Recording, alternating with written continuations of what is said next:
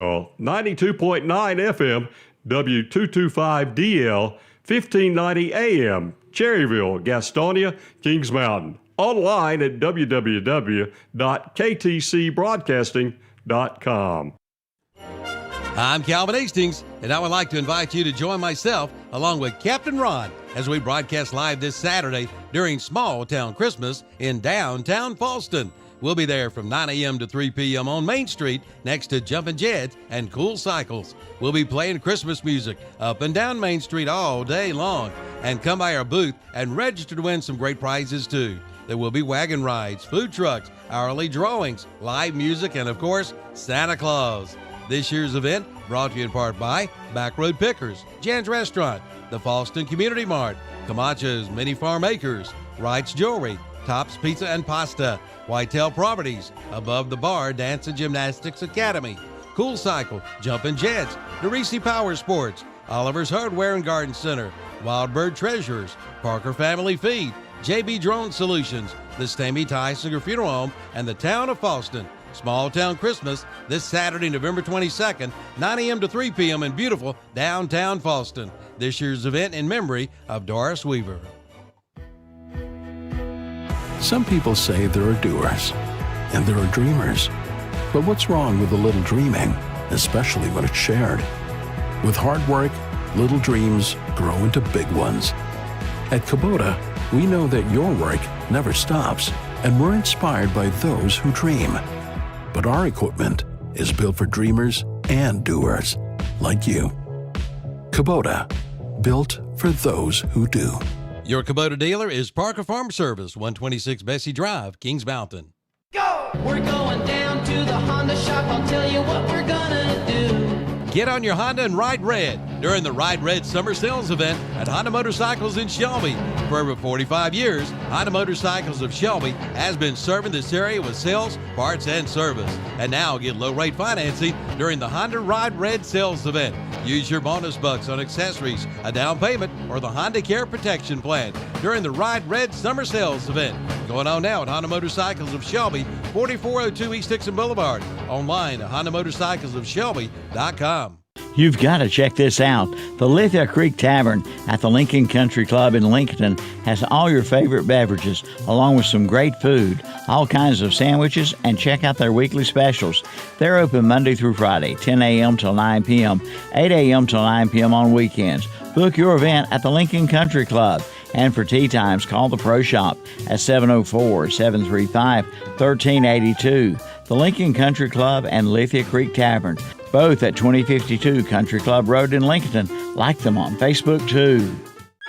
Once Upon a Time is right now. Escape to the Renaissance Festival, a time-traveling adventure. Huzzah! Saturdays and Sundays now through November 23rd. It's time for the Renaissance Festival. Shopping, food, men in tights. Oh my. Enjoy foolish good times at the Carolina Renaissance Festival.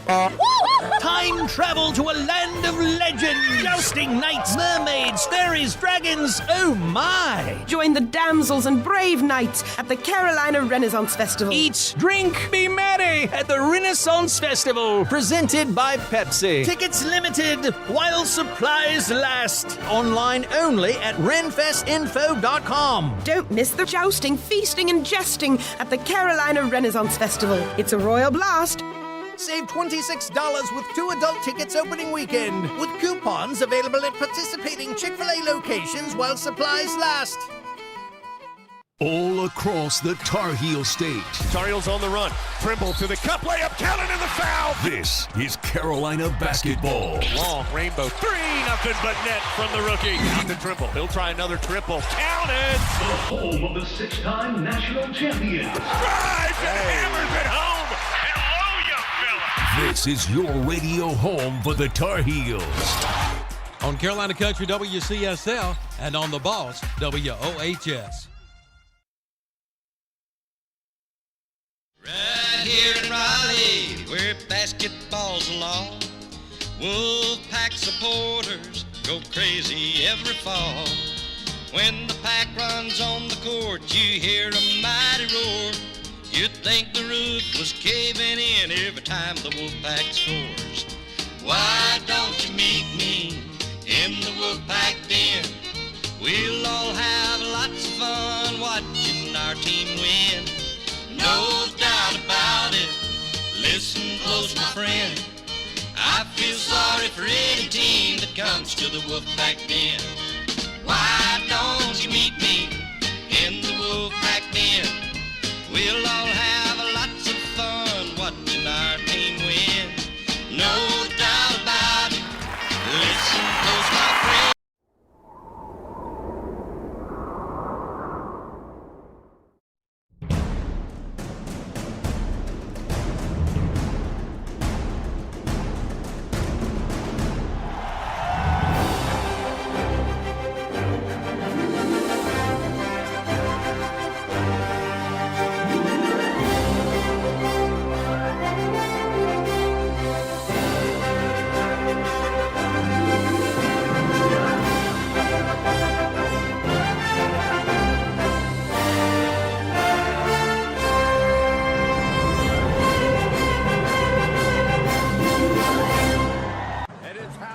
Before our very eyes.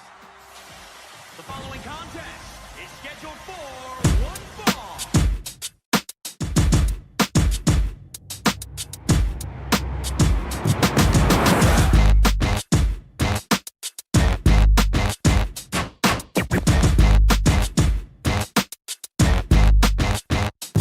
I am the incredible man. I only do things incredible can. Cause I am the seed of a chosen breed. You don't see too many like me. Cause I am one of the reasons you do what you do. When you wanna be me instead of you. Cause I am still on beat. Showing love to the streets. Come on, you know me. Cause that's who I am.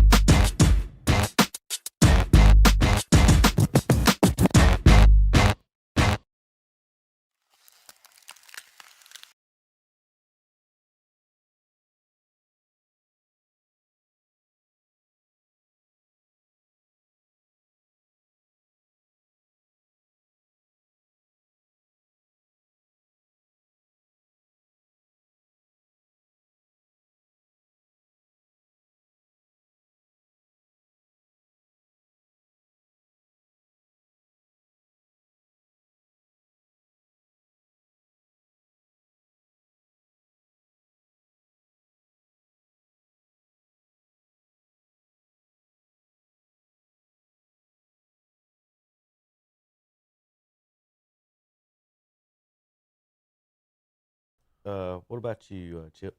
Enjoying sausage and egg biscuit. Thank you very much. And Will? I'm enjoying my chicken, egg, and cheese. Chicken. And I had my hash brown this morning. Thank you, JP. For JP's always Johnny on the spot with our breakfast. We appreciate that. I want to thank McDonald's and of course, like Tom said, our delivery driver got a tip him every Saturday. Uber Eats. His tip is he's not fired by 10:30. Yeah. Very true. Mr. JP DoorDash. There we go. We got scores from last night's high school action around the area. We're going to start in the 1A where East Columbus drove 6.5 hours to get beat by Robbinsville 54-7. South Davidson won 27-12. They'll face off against each other next week for a right to go to the state championship. That's the 1 versus 2 seed in the 1A. In the 2A, Murphy 60-20 over Community School of Davidson. Corbion 31-28 over East Wilkes. Mountain falls to Mitchell 28-15.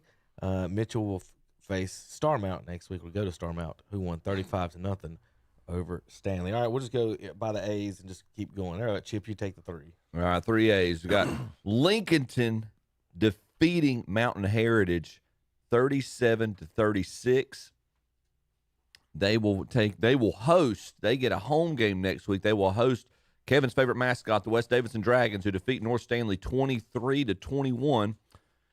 Eastern Randolph defeats Walkertown 30-14. They will host the Shelby Golden Lions, who traveled up 77, defeated Mount Airy 41-21 last night. All right, Will, the 4 A's. You had Burns Bulldogs falling to Brevard last night, 30-27. Pisgah beat Mount Pleasant 22-15. Maiden over Newton Conover 29-20. 32-6, and High Brighton over Cramen 14-9. In the 5A, it was South Point 61, Monroe 42. Big game next week. It'll be Crest visiting South Point. Crest defeated East Lincoln at home 31-14. Hickory over Franklin 36-14, and Robinson over Oak Grove 41-33, and that was back and forth. Coach Pruitt was at that game, texting me updates. So big game over there. Robinson defeats Oak Grove in the 5A. All right, Charlotte Catholic falls to Watauga 27-19. Watauga will host Sun Valley, who won 46-20 over Freedom. Ashbrook won 15-7. They'll travel to Northern Guilford, who won 37-7 over Kings Mountain. Ashbrook beat Dudley. All right, Chip, 7-8. 7A Grimsley defeats Jack Britt 55-12, and they will take. That's gotta be careful with that name. They will take on Reagan. Reagan came back to defeat Mooresville last night, 32-31, and won another close game. Independence victorious over Richmond, 52-18. They will have a big Charlotte showdown with Weddington, who defeated Lake Norman 42-7. All right, Will, 8A. 8A, it was Huff over West Forsyth, 28-10.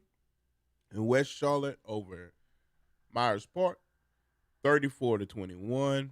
Now, West Charlotte has to go to Huff. Huff is the 1 seed. Yeah, West Charlotte has to go to Huff next week.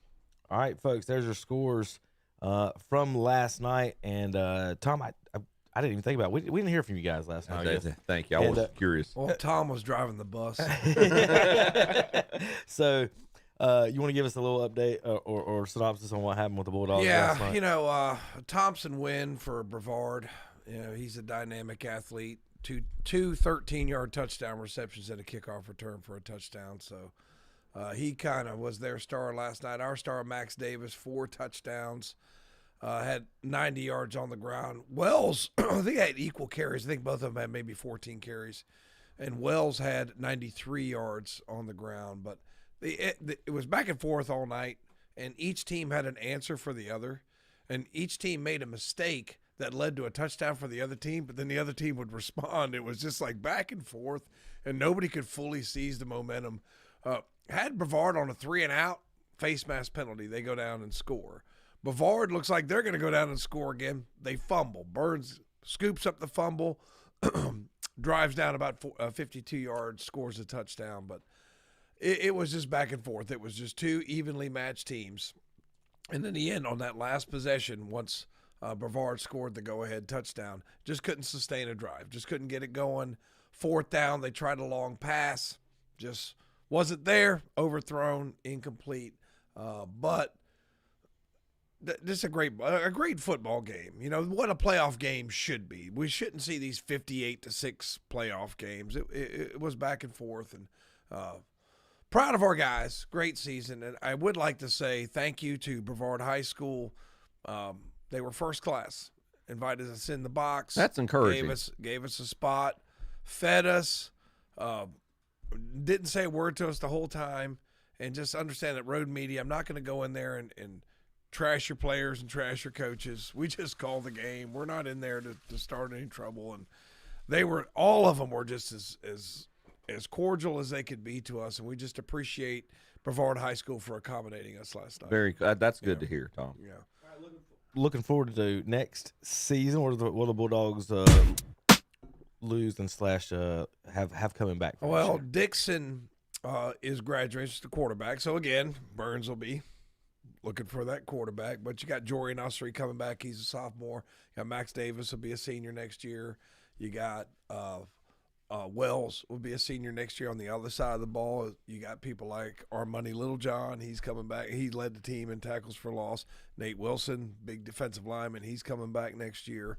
I think they're going to miss their best defensive back, Justin Porter. He's graduating. But they definitely have some pieces coming back.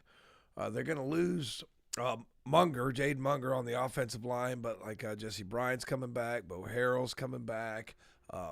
Isaiah Baldwin's coming back. You know, you've got definitely some pieces that are returning. A lot of young guys on this football team. So not a devastating, but next year when those boys graduate, they're gonna lose a lot because they're gonna have a lot of seniors next year. They got a chance to make a good run. Will and Tom, real quick before we get out here on this high school, I want to make one little fun note. I said it to Chip earlier last night. I don't know if I talked to Will about it or not, but looking at these these conferences and these scores, man, Will, I really, really, really, really, really wish that our teams were in this conference and the way it was breaks down now. Just for example, 7A Mooresville last night in the playoffs. My freshman year, our team, I wasn't on the varsity, I was on JV then. Our team beat Mooresville, so that's Cherryville, and we don't see us in the playoffs. But just think about how good those teams were that we had. They could beat a Mooresville team that was in the conference at that point. Maiden, Mooresville, Newton Conner, that was Lincoln was our conference, Shelby, and went 6-5 and lost the coin toss. And I'm just like, man, I'd love to have that team playing against Murphy and Mitchell and Mountain Island. You know what I mean? Yeah, but Mooresville, that's not apples to apples, Kevin. That school's doubled in size. Well, and Cherryville's reduced in size by 3 times. So but I was just saying that just for example, we used to beat Lincoln, and we beat Lincoln in my junior year and there you are in the 3A. I'm just saying that, but it would have been nice. Our schedule would have been in the playoffs having to face Highland Tech and them instead of getting knocked out by Thomasville's and things like that in the playoffs. So all right, next week we'll have South Point and Crest, Shelby and Eastern Randolph, and then we'll also have Lincoln. We'll be hosting with an 8 seed, guys, the 11 seed West Davidson Dragons. So that'll be interesting next week for us. I'm gonna pull up the brackets so you guys can see. We'll go through the brackets real quick before we go to break. We'll bring that up to the very tip top here over our faces. Y'all don't see our pretty faces. We'll go here. All right. So, for the folks at home, I've already made next week's scoreboard there. So, make this real big for the guys here. All right. Now, remember, the 1A and 8A will have bye weeks after this week. So, these are the winners will advance to the states, but they'll get a bye week. Looking across the board real quick, the ones survived almost every bracket except the nothing happened chalk in the 3A. All right. The ones in almost everything except the 8A East and Shelby a 10 seed. Are you kidding? Well, that's what I'm saying. Look at the whole 3A. 10, 12, 13, and 14, Tom, are still alive. And there is no 1s and 2s left alive in the 3A. You still got 8s and 7s hosted in the 4th round. I'd argue Shelby's the best double-digit seed left in the state. And I don't care what classification you're talking about. That's a good argument, but I would argue also Kinston is known. They have repetitive state championships as well. Now, so the RPI I think failed the 3A, but might have worked in some of the other ones pretty decently. But all right, in the 2A, Corvion number 5 will be at number 1 Murphy. They'll play the winner of number 11 Mitchell and number 2 Starmount. In the East, number 4 East Bladen will play number 1 Tarboro. They'll play the winner of number 7 Eddington at number 2 Warren County. In the 3A, West Davis and the 12 seed will visit number 8 Lincoln. They'll play the winner of the 10 seed Shelby Golden Lions at number 3 Eastern Randolph. In the East, Farmville Central, number 13 seed will face number 3 James Keenan, and they'll play the winner of number 14 Kinston at number 7 Northeastern. In the 4A, Pisgah, the 4 seed, will be at number 1 Brevard. They'll play the winner of number 6 Maiden at number 2 High Brighton. In the East, Central Davis and the 4 seed will travel to face Reedsville, who's in the East this year, Tommy, who got beat by East Rutherford in the West last year. I guess the school moved across the street. They airlifted it. Southwest Edgecombe, the 11th seed, will play number 2 West Craven. They'll play the winner of that Central Davis and Reedsville matchup. In the 5A, the Crest Chargers at number 4 will face the number 1 South Point Red Raiders in Belmont. They'll play the winner of the number 3 Hickory Red Tornadoes at number 2 Robinson Bulldogs. In the East, in the 5A, Croatan, is that how you say it, Tom? Croatoan. Croatoan? No, there's not toe. that one. No, not that one. Croatan, yeah, I thought you meant it was a school out east. That is. It is? Yeah, the Croatan Cougars. This is the full bracket for the state. I wonder if that's spelled correctly. Will be well, that might not be. Google that. Yeah, I'm on it. I'm on it. At Hunt, the 4 at 1. They'll be playing the Rocky Mount Griffons versus the Northside Jacksonville Monarchs. You don't see that a lot in 5A, Tom. Monarchs and Griffons. So down east, it must be a pretty. This is the first year we've seen 5A. Must be a pretty big. That is spelled correctly. There you go. So Sun Valley, the 5 seed in the 6A, will be at number 1 Watauga. They'll play the winner of number 3 Ashbrook at number 2 Northern Guilford. Down east, Union Pines, the 4 seed, will be at number 1 Jacksonville, and number 3 Middle Creek will be at number 2 Northern Nash. In the 7A, the Reagan Raiders will visit number 1 Grimsley. Number 3 Independence will be at number 2 Weddington Warriors. In the East, Garner, 4 seed, will be at number 1 Cardinal Gibbons, and number 7 Southeast Raleigh will be at Cleveland. And in the 8A, West Charlotte, the 2 at number 1 Huff, and Millbrook, number 3 seed, at number 2 Hoggard. Again, a reminder, we will have West Davidson and Lincoln on the Lincoln County Game of the Week, Crest at South Point, and also we will have the Shelby Golden Lions at the Eastern Randolph Wildcats. All right, ladies and gentlemen, boys and girls, we got to take a break. Enjoy our McDonald's breakfast. Stop by McDonald's in Cherryville. Breakfast, lunch, and dinner here on KDCBroadcasting.com. I'm Calvin Hastings, and I would like to invite you to join myself along with Captain Ron as we broadcast live this Saturday during Small Town Christmas in downtown Falston. We'll be there from 9 a.m. to 3 p.m. on Main Street next to Jumpin' Jeds and Cool Cycles. We'll be playing Christmas music up and down Main Street all day long. And come by our booth and register to win some great prizes too. There will be wagon rides, food trucks, hourly drawings, live music, and of course, Santa Claus. This year's event brought to you in part by Back Road Pickers, Jan's Restaurant, the Falston Community Mart, Camacho's Mini Farm Acres, Wright's Jewelry, Tops Pizza and Pasta, Whitetail Properties, Above the Bar Dance and Gymnastics Academy, Cool Cycle, Jumpin' Jets, DeRisi Power Sports, Oliver's Hardware and Garden Center, Wild Bird Treasures, Parker Family Feed, JB Drone Solutions, the Stamey Tysinger Funeral Home, and the Town of Falston. Small Town Christmas this Saturday, November 22nd, 9 a.m. to 3 p.m. in beautiful downtown Falston. This year's event in memory of Doris Weaver. Is your home ready for the holidays? Now's the time to see Flooring America in Kings Mountain or Carpet One Interiors in Gastonia to get ready. Check out the new LVP waterproof flooring for only $250 a square foot. Check out the great deals on their in-stock inventory. If you need it covered, they've got you covered. That's Flooring America, 602 Slater Street in Kings Mountain, or Carpet One Interiors, 2757 East Ozark Avenue in Gastonia. Get your home ready for the holidays today. Here's some good news from the Captain's Cap Family Fish House on Linwood Road in Gastonia. Now you can order online, and you can even pay online through MenuFi. That's right, MenuFi. You just order online, pay, and pick up your food. Just download the MenuFi app and enjoy your favorite Captain's Cap meal. Make it a family tradition. Bring the family to the Captain's Cap Family Fish House, 3140 Linwood Road in Gastonia. Online at captainscap.com. Like them on Facebook too. And now they have MenuFi. Order today. Cakes and cookies, toys and gifts. It's the shopping event of the season, the Southern Christmas Show, November 14th through 24th at the Park Expo and Conference Center. Celebrate the 12 days of Christmas, a countdown of Yuletide cheer brimming with festive decor and seasonal magic. Buy tickets at southernchristmasshow.com. Online tickets courtesy of Craft Body Scan. Let's go to the Southern Christmas Show.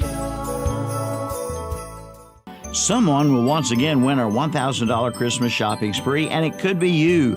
The drawing will be held on Monday, December 22nd. Register today at one of our local sponsors, including the Thrift Shop on East Main Street in Lincoln, Anna Louise Boutique on downtown Cherryville, at Scoop-A-Doodle Ice Cream Shop on College Avenue in Boiling Springs, at the Pancake House on West Dixon Boulevard in Shelby, at Basic Finance on East Dixon Boulevard in Shelby, at Steer South Boutique on Main Street, downtown Lincoln, at Thelma Lou's Barbecue on College Avenue in Shelby, at Bridges Hardware, West King Street, Kings Mountain, at Dallas Express Pharmacy on Hoffman Street in Dallas, at Vittles Restaurant on East Main Street in downtown Lincoln, and at Jumpin' Jeds on Main Street in downtown Falston. The $1,000 Christmas shopping spree. Brought to you by KTC Broadcasting and WhatsUpShopper.com. For a complete list of sponsors, go to WhatsUpShopper.com. You can also register at Shelby Kia on Highway 74 East in Shelby. Every weekend right here. Welcome to Kyle Petty's Back Then Again Country Countdown alongside the NASCAR legend. We're Charlie and Debbie. Yeah, I think a lot of people thought they were going to lose their girls to Carl Edwards. Have you ever seen Carl Edwards? When he first came around, I didn't know he had a shirt because he never seemed to have one on. He can't even play the hook. It's Kyle Petty's Back Then Again Country Countdown with Charlie and Debbie. Friday afternoons at 3 p.m. on Carolina Country, WCSL, online at ktcbroadcasting.com. And we're back on Saturday Morning Sports Talk with Kevin and the gang. Happy Saturday. Kevin Hastings, Will the Thrill Boykins, Chip Carter, Tom Sinafani, JP's here at our McDonald's breakfast. We got some college football to talk about. All kinds of big news this week, man. It's getting crazy up in here. Lane Kiffin, news. Yeah, he's going everywhere. Isn't he? He's going to LSU. Seems he's like going to Alabama. Seems like it's Florida. It's going to be LSU. Going to Florida. It's looking like. LSU. Yeah. Thanks. That's the. That's exactly what we need. That's what the rumors and everything are flying around that's going to be. It is looking like LSU for Mr. See, what I don't understand is he's building something at Ole Miss. Just stay. I mean, it's kind of like when Kelly left Notre Dame and the next guy takes him to the national championship. You can build wherever. I mean, I don't understand it, man. I think that Ole Miss would give him whatever he wants. Would you not think? I mean, he's done. I think he's done an awesome job. He's done a good job down there. He's recruited a lot of players. He's used the transfer portal. Why do you want to go to LSU? And I tell you what, that would be and I'm just telling you, that would be the last job if I was in college coaching. That would be the last job. That's the least loyal organization. Yeah. Who's that? LSU. Yeah, they're the least loyal. Hey, Coach O took them to. Yeah, Coach O's bringing 16-year-old girls. Yeah, Coach O kind of shot himself in the foot. He thought he was invincible after he won. He's bringing the Glee Club to the dinners, man. You can't do that. You gotta you gotta know how to get the recruits, Tom. Yeah, I know. Always be recruiting. You can't be Jeffrey Epstein light and keep your okay. Yeah. That's basically what he was doing. So no, O's wrong, but and Kelly's a jerk. So I mean, I just don't understand why they brought him down there. I mean, it's just. So here's the thing. They've had for you issues. college students out here that I've been telling about for years. If you want someone to lie to you, ask a football coach a question. Yeah. Any level. Any level. If you want someone to lie to you, ask a football coach a question. 90% of what he says is going to be a lie. I guarantee you. They never answer the questions, really. Don't matter what level.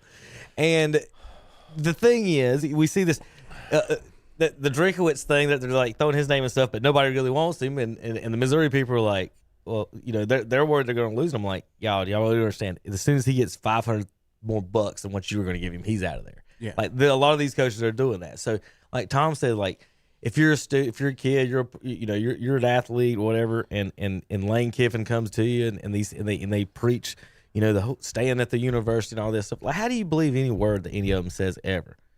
It's all a business. Every single bit of it is. You can sit there and go to my rival and coach against me this week, and then next week I beat them. If LSU would have beat them earlier, Lane Kiffin wouldn't be getting a raise and going to them. And now he beats LSU. Now Kelly gets fired. Now he's going to get his money and his job. It's just going to a rival in the same conference. Yeah. Go ahead. So you hear all the time from the SEC and Big Ten people, you got to be in the SEC to win the championship. But apparently not. Apparently you don't. You can't win at Ole Miss. You have to go to LSU because if that's not the reason, then he should just say, oh, man, they just offer me more money. I'll just take more money. He's either going to say one of the two things. Yeah. Either I can't win the national championship at Ole Miss, and I've lied to you all, and I'm going to LSU, or, man, they gave me a lot of money. Bye, guys. I'm sorry. It's just about money. It's one of two things. That's what they did with Lincoln Riley going out to SC. Just wrote him a big check. And I think that any coach at any university, like a Power 5 school, I mean, if you get there and you get look at what they've done at Vanderbilt.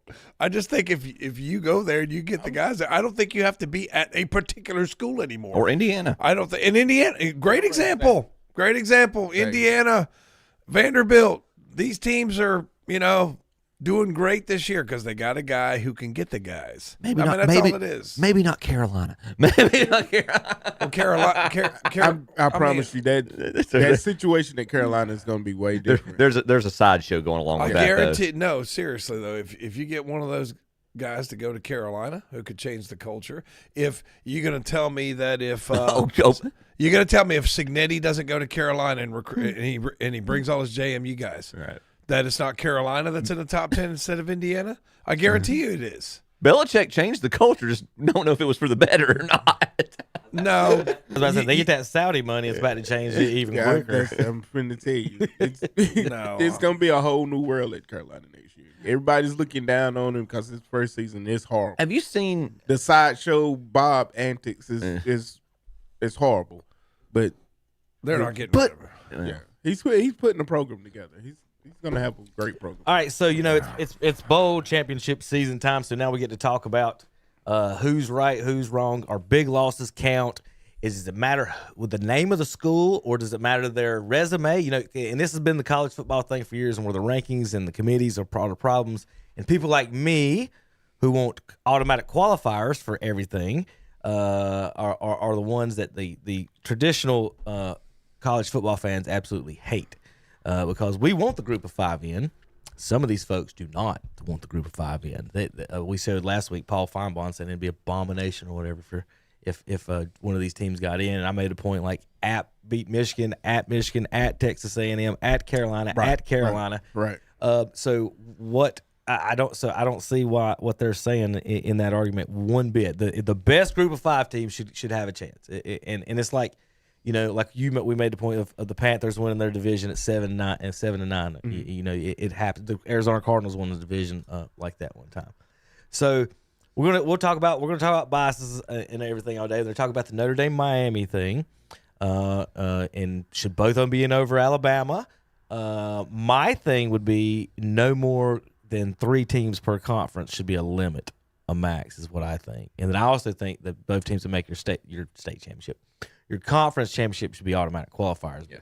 They'll probably do that when they go to 24 or 16, but they're not willing to do it yet because the SEC is like, nope, only one ACC team allowed, guys. Looking at this Miami and Notre Dame situation, if 2 teams are both 10-2 and one team beat the other, is there anything else I need to say about schedules or anything else without saying names of schools, who else is on your schedule, or anything else? Is that all that would matter to you, Chip? Let them go because I've obviously y'all are going to say I have a biased opinion, so but let them go first. My opinion is it head-to-head is always the key. Okay, Tom? Yeah, I would say I agree with Will. I mean, what you do against the other team on the field should be, and then strength of schedule. I mean, who did you play? And with bringing up the app thing, this is I know this is old, but think about this. Let's say this was back in, we had this system back then. App beats Michigan, and they put Michigan in the playoffs, and we don't make the playoffs. Would that have been fair that year? It didn't. Are we still I'm saying if they were playing today, and that's what happened. 10-2, both of them are still right. 10-2. We both got the same record. Like let's just say today, if we're both 10-2, App State Michigan, Michigan's third in the Big Ten, and we're 10-2, and they put them in and not make us. That's basically what they're saying. Is that's your name. We don't care. That's what they're doing with Miami right now. And that's is that not? Pretty much, no. And I think it's about they did it to Florida State when they went undefeated. Yeah, they're right. Yeah. And that one to me, being undefeated, having not lost a game, and I go back to the point I made last week about what the coach said. If you can sit here and say, my team's done everything we could and not lost a game, and no coach can sit here if you've lost a game, even one, and said my team did everything we could to be eligible for the play. No, you didn't. You didn't run the table. Sorry, but So that's why I especially is perturbed at the situation what happened with FSU 2 years ago. Do good wins matter more than bad losses? Yeah, and Tom kind of hit on the point where I agree with Will. Will and Tom both articulated it very well. That head-to-head matchup has to take precedent. That's got to have some kind of weighing on how the teams are ranked. And I'm saying that and saying Miami should be ranked ahead of Notre Dame. But the flip side of that is, okay, you're both 10-2. Who are your two losses to? And I know we're using North Carolina high school as a comparison. I know we don't like the RPI. It's not a perfect formula right now, but that's the whole reason for the RPI is to try to help measure. Shelby's 3 losses are not the same as another school's 3 losses, and so that's where that RPI comes in to try to show the strength of the teams you've lost to and beat. There's no way that Notre Dame should be ranked against Miami with identical records. And Miami's, and I would argue that to Tom's point, to echo that, as a Notre Dame fan, I don't think Miami's 2 losses are that drastically worse than Notre Dame's 2 losses, including when one of those 2 losses is to Miami. So here's how they frame it as well. You remember the preseason rankings, right? Yeah. So the SEC got like 8 teams in the preseason. The ACC got like 3. So then when they say, well, you beat an unranked team, but then you look at the AP poll. Louisville's 26th. Yeah. The AP poll does the top 25. Mm-hmm. So when you say you beat an unranked team, so if I go, basically, I could beat 26 through 25, go 10-0. 26 through 35, beat number 26, I'll beat number 27, I'll beat number 20, I beat 26, go 10-0. You can beat one number 24 team and then brag that you beat a top 25 team and you didn't beat any. All the teams you play are worse than those teams that I beat. Yeah. So top 25 wins shouldn't count as a check mark, in my opinion, for anything. And then real quick, is it a top 25 win when they were top 25 or top 25 win now? Right. Exactly. That's the other thing. When were they? That's when does that count? See, but the SEC doesn't say anything like when Texas is, I think, number 1 and Ohio State beats them, but it's like that didn't happen. That didn't happen. That's what they're saying. Texas is no good. Well, this is the SEC. I broke down the Texas A&M schedule yesterday. The guy, I shouldn't say, a guy broke it down and looked at it. And I'm like, yeah, they haven't beaten anybody, but they're talking about how Texas A&M's better than Indiana. They're better than Ohio State. I haven't beat anybody. Yeah, and I will say that Ohio State schedule, it's just bad luck. Penn State, you were supposed to be good. Right. You sucked. Texas, you're supposed to be good. Some of these things you can't control. Right. Washington, you're supposed to be better. Who's in your conference is you can't control who's in your conference, and you got to play your conference games. Right. So to get held at a certain standard because of your conference is kind of difficult too. I mean, it's just he was talking about the North Carolina RPI. Yeah. Cleveland County is going to play Cleveland County. Chris get held, I say but Chris get held responsible for Shelby and Burns playing Highland Tech and Bessemer City. Highland Tech's record counts against Crest. Right. That's true. and it shouldn't. It's not. But that's where I say the formula's not perfect. Near Crest, but it counts against Crest as far as this is how Crest ends up a 4 seed. And I'll add a little bit of a variable to this equation here. Just give me your honest opinion. This is probably going to be a little contradictory to the point I made to you and Dennis last night. Going back to wins and losses, would winning at home or losing at home carry a little bit more weight than losing at the schools? I mean, say Ohio State goes up there in 2 weeks and loses to Michigan with a couple of their receivers out. Right. How bad? It's still got to hurt you. I mean, you still got to beat people in your conference. But I know people will say, well, it was on the road, Yeah. Whereas last year when they got beat at home by Michigan when they were 20-point favorites, that loss should sting a little bit more. So this is where, and I'm presenting this information. So I'm not trying to sway an argument here. Miami's 2 losses. Louisville at Miami. 24-21. They did lose to SMU at SMU in overtime, 26-20. Those were their 2 losses. SMU was ranked, I think, to begin the year. So, but those count as bad losses because neither one of them's top 25. But they're ranked 26th and like 31st. Right. I think the SMU one goes to your point. like this is what we're talking. That counts as a bad loss. Well, and so Notre Dame's 2 losses. Obviously, one of them's to Miami, as we mentioned, at Miami. The other one is to A&M. Now, but the A&M one was at home. So that was they both got a home and away loss. So the Florida loss. State loss don't carry no weight with Alabama? No. That's what Tom says. It didn't matter. It didn't happen. It's now like the SEC, here's what they do: they'll play a game they can lose in week 1. You know who? And this week is off week in the SEC. They're playing Mercer and UNC Charlotte this week. Right. This is the week they play the Citadel. So the SEC takes a bye week before rivalry week.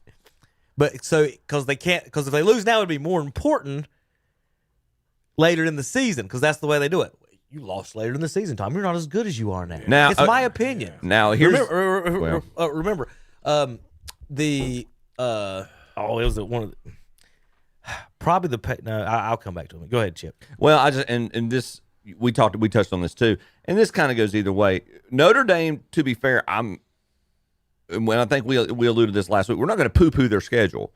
I don't think they've got a single championship subdivision opponent. Miami, week 2, after they beat Notre Dame, the next week they come back, beat Bethune-Cookman. And then they play now USF, I think, is that San Francisco. So that's the week after that. So, I mean, but Notre Dame, you've got Miami, A&M, Purdue, Arkansas, Boise State, NC State, Southern Cal, Boston College, Navy, Pitt, Syracuse, and Stanford. So it's well, we've talked before. Like if NFL was like college and you voted on who the best teams you thought were, the New York Giants, Manning wouldn't have a Super Bowl. Right.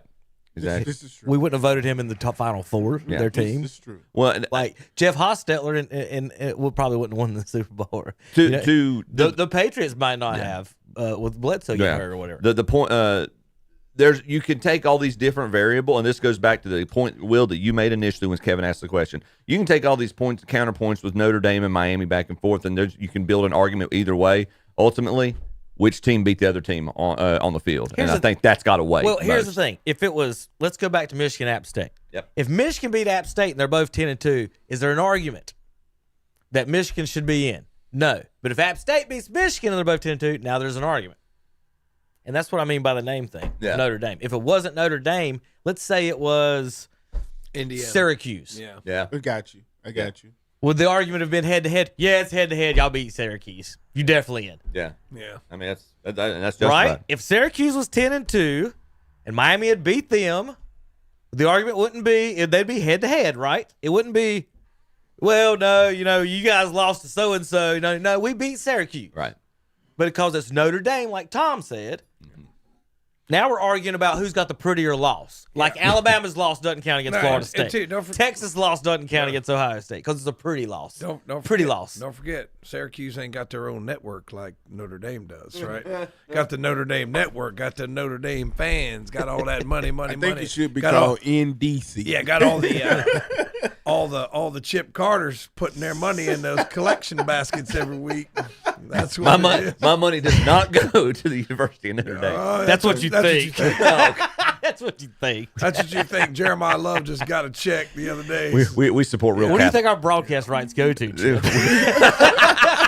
We support real Catholics. We support real Catholic schools. I'm just saying it's so obvious. It's like the 500-pound gorilla in the room. I mean, it's so obvious. I mean, everybody sees it. Everybody knows it's there. Why do we pretend like it's not there? Yeah. It's just so dumb. Let me go through some hypocritical tweets. Here's the flip to that, Tom, and this is what where they will argue about it next year. Yeah. All right, if Notre Dame gets into this playoff, whoever they play better beat them.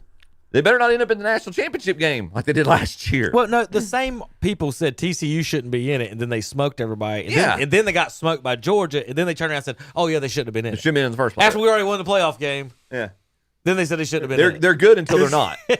There's a difference. That Georgia team was red fire. It didn't make a difference. Who came up against that Georgia team? They was going to get smoked. Can make the same argument about Ohio State last year. So Georgia this week takes on powerhouse Charlotte. Tom, you getting down to that one? You going to go see the Dogs today? Better leave right now. They start at 11:45. I'm Noon good. kickoff. I'm good. I was hoping for a better result this year, but let's give the coach a couple of years. Right, absolutely. Alabama, we got to give the money. They need to sign on with the. They got the second biggest banking industry in America. You got to find sponsors. That's all they got to do. Mm-hmm. That's all they got to do. Eastern Illinois is at Alabama. Good job, Bama. Can anybody have a fan name an Eastern Illinois mascot or logo? I can't. I'm looking at it. It's either some type of a cougar, panther, some type of a cat. Mercer. Wait a minute. Whoa. Tony Romo went to Eastern Illinois. Yeah. How do you not know what they're... I don't have an Eastern Illinois jersey. That's Tom. your favorite football player of all time, and you don't know their mascot. I don't. No, he's not my favorite of all time. Emmett's the favorite. Oh, okay. He's the GOAT.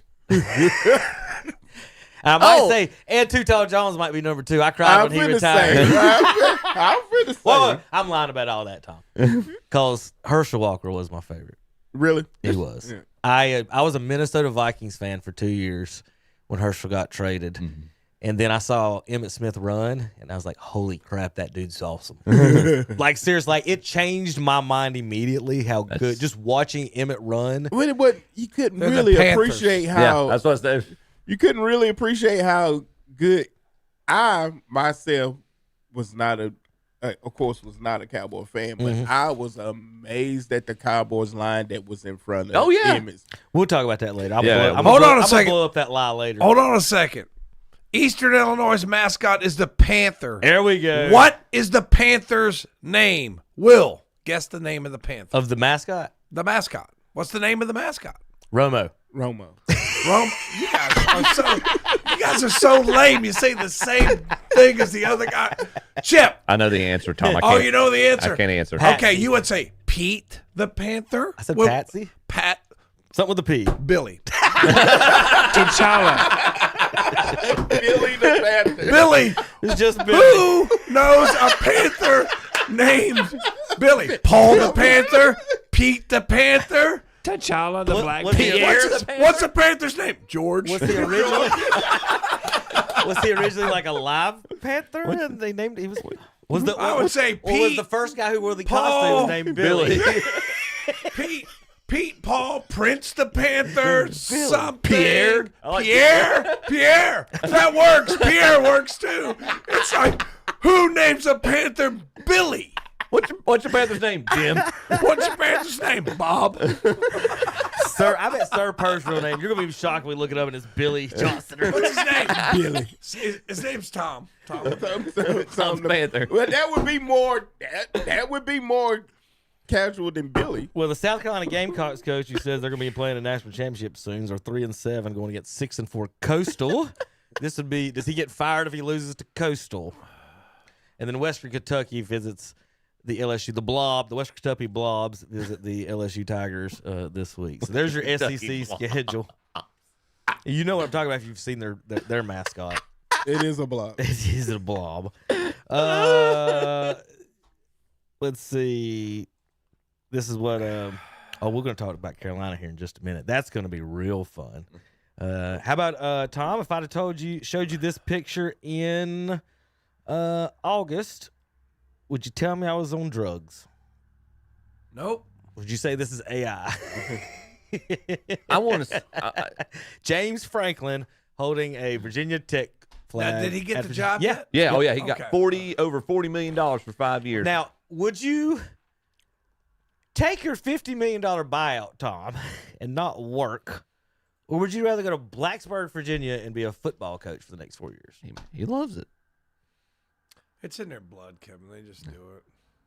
It's like some teachers can't retire. I mean, you know. That is. This dude is like, and Tom might be the only one who appreciates this this analogy. But this dude is like the George McClellan of football. He's great at building a program. He's talking about, I'm going to walk around the entire institution, say, this looks good, this is good, we can keep this. This is dated, this needs to be updated. And they're pouring in over $200 million into the budget is what they've agreed to. He's a great organizational wizard, but he's not a wartime general. You don't want him leading a battle. I think early in McClellan's career, like he won a battle in West Virginia or something, which is the equivalent of, hey, we beat Gardner Webb. Okay, I'm gonna make you a General Army of the Potomac. I mean, what I say, it's not the best example because Franklin actually did. He had his team a game away from the national championship. I mean, he's pretty close. Oh. This ain't no tie at Antietam. I mean, he did. Them Appalachian boys. I mean, he did some great things up there. He just couldn't win. I think a better analogy, he's a Marty Schottenheimer of college football. He gets almost there. He almost gets there almost all the time. He's the Marty Schottenheimer of I'm not going to let football. Mr. Ohio poo-poo our Appalachian brothers who fought off the Redcoats over here.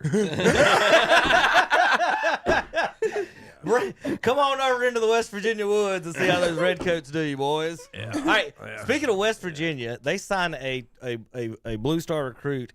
The recruiting analyst, because he was originally going to Michigan, drops him 27 spots in the rankings and a star in his recruiting.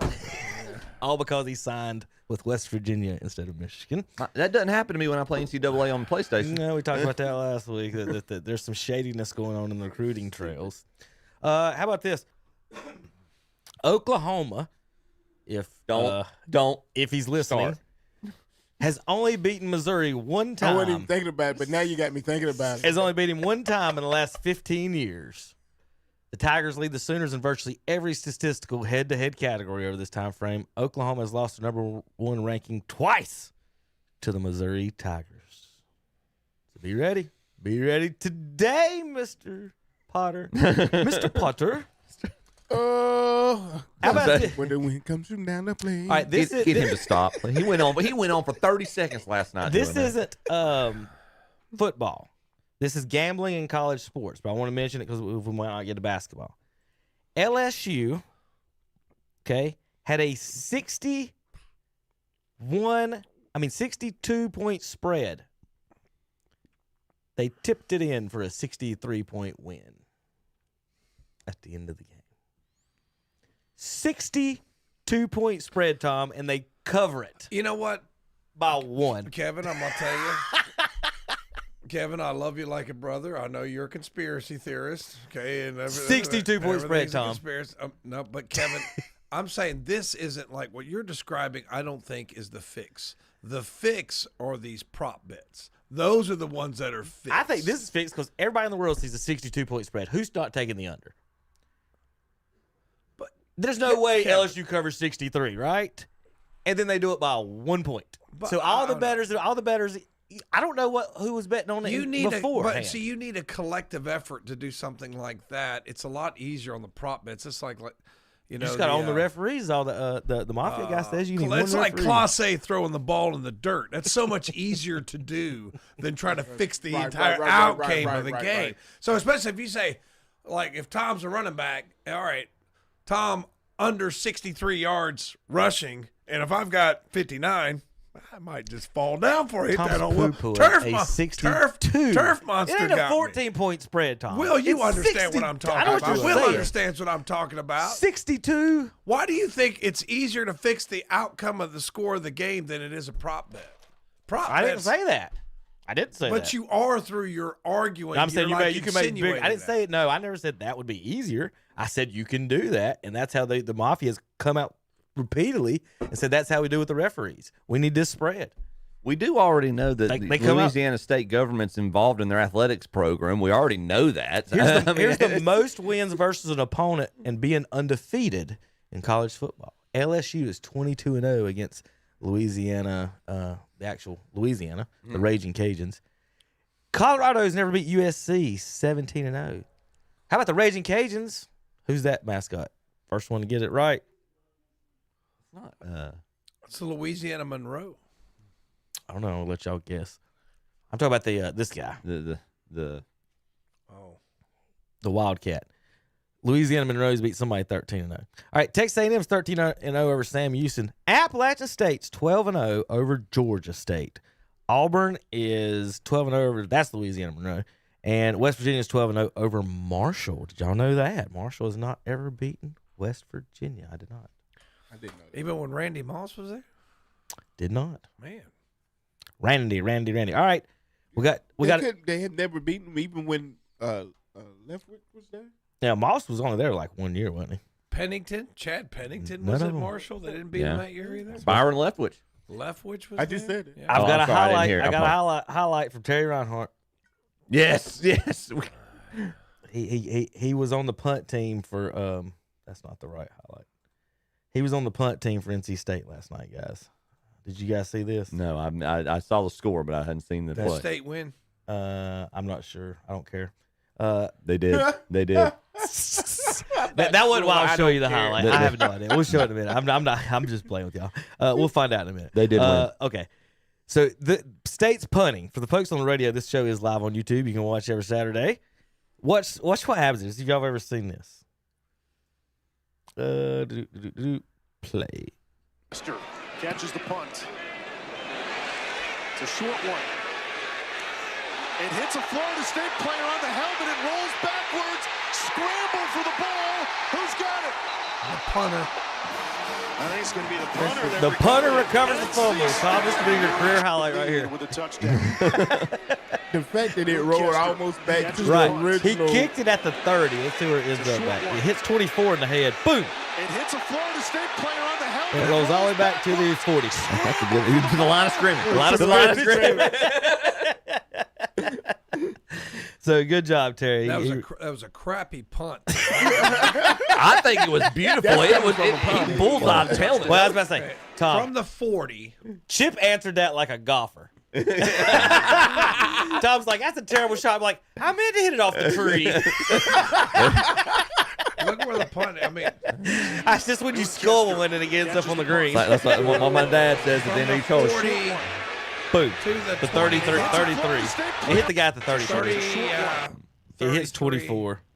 So that's a 27-yard punt. Right. Like my dad told me, they don't make you no draw way no he was trying diagrams. to They just make you clear write a out. number down on the scorecard. He was trying to clear out. Let me get out of here. The kick return is telling him to move too, and he was trying. Move. He never saw it. Get out the way. Wow. All right. So Reinhardt, Terry with the fumble, the punt and the fumble recovery last night for NC State. Oh, let's see. All right, I think I had. All right, y'all ready for highlights of North Carolina Tar Heel football? Sure. This week, Bill Belichick attended his girlfriend's adult cheerleading team competition. I'm going to repeat that. This week, Coach Belichick attended his girlfriend's adult cheerleading team competition. Why are there so many guys on the team? I didn't say it was female. It's co-ed. They're wearing the same uniform. Have you haven't seen the you ain't been to the Panthers games lately, have you, Tom?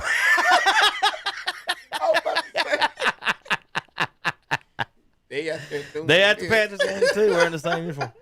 So this is I don't know the name of the group. Here's Jordan, and Belichick is at this thing. She looks so excited to be there. Well, no, she obviously she is. She's got him there. Why would you be there if you wasn't wanting to be there? Check out this guy's outfit. Oh yeah, Tommy's pointing at you. Talking about the guy in the suit. Yeah. No, I'm not talking about the guy in the suit. I'm talking about her dance partner. Oh. Whatever. A dance partner. So now, bad. I have actual video highlights of the competition. You ready? Probably don't have music rights to it, so here we go. Here she is. Coach, 72-year-old Belichick's girlfriend in an adult cheerleading competition. They're not in a school. These are adults who just like cheerleading. Well, people like playing softball. There are professional softball. People leagues. like playing softball. We have possibly the greatest coach in NFL history. The head of North Carolina is sitting in an adult cheerleading competition. Watching Code Black perform. Code Black, is that the name of it? Code Black. Oh, my goodness. This should have been a Code Red in Coach Belichick's mind. Wow. Why?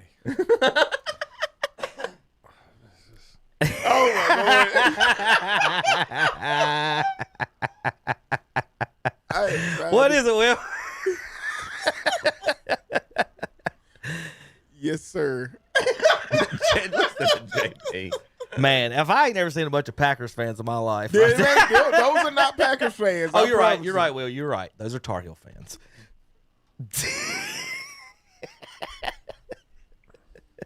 Right? That's Bill Belichick in the Oh, Lord. Tar I Heels got to number- fix my camera. My tape coming loose. All right, there's our fun tweets. We're going to do bad picks when we come back here in ktcbroadcasting.com.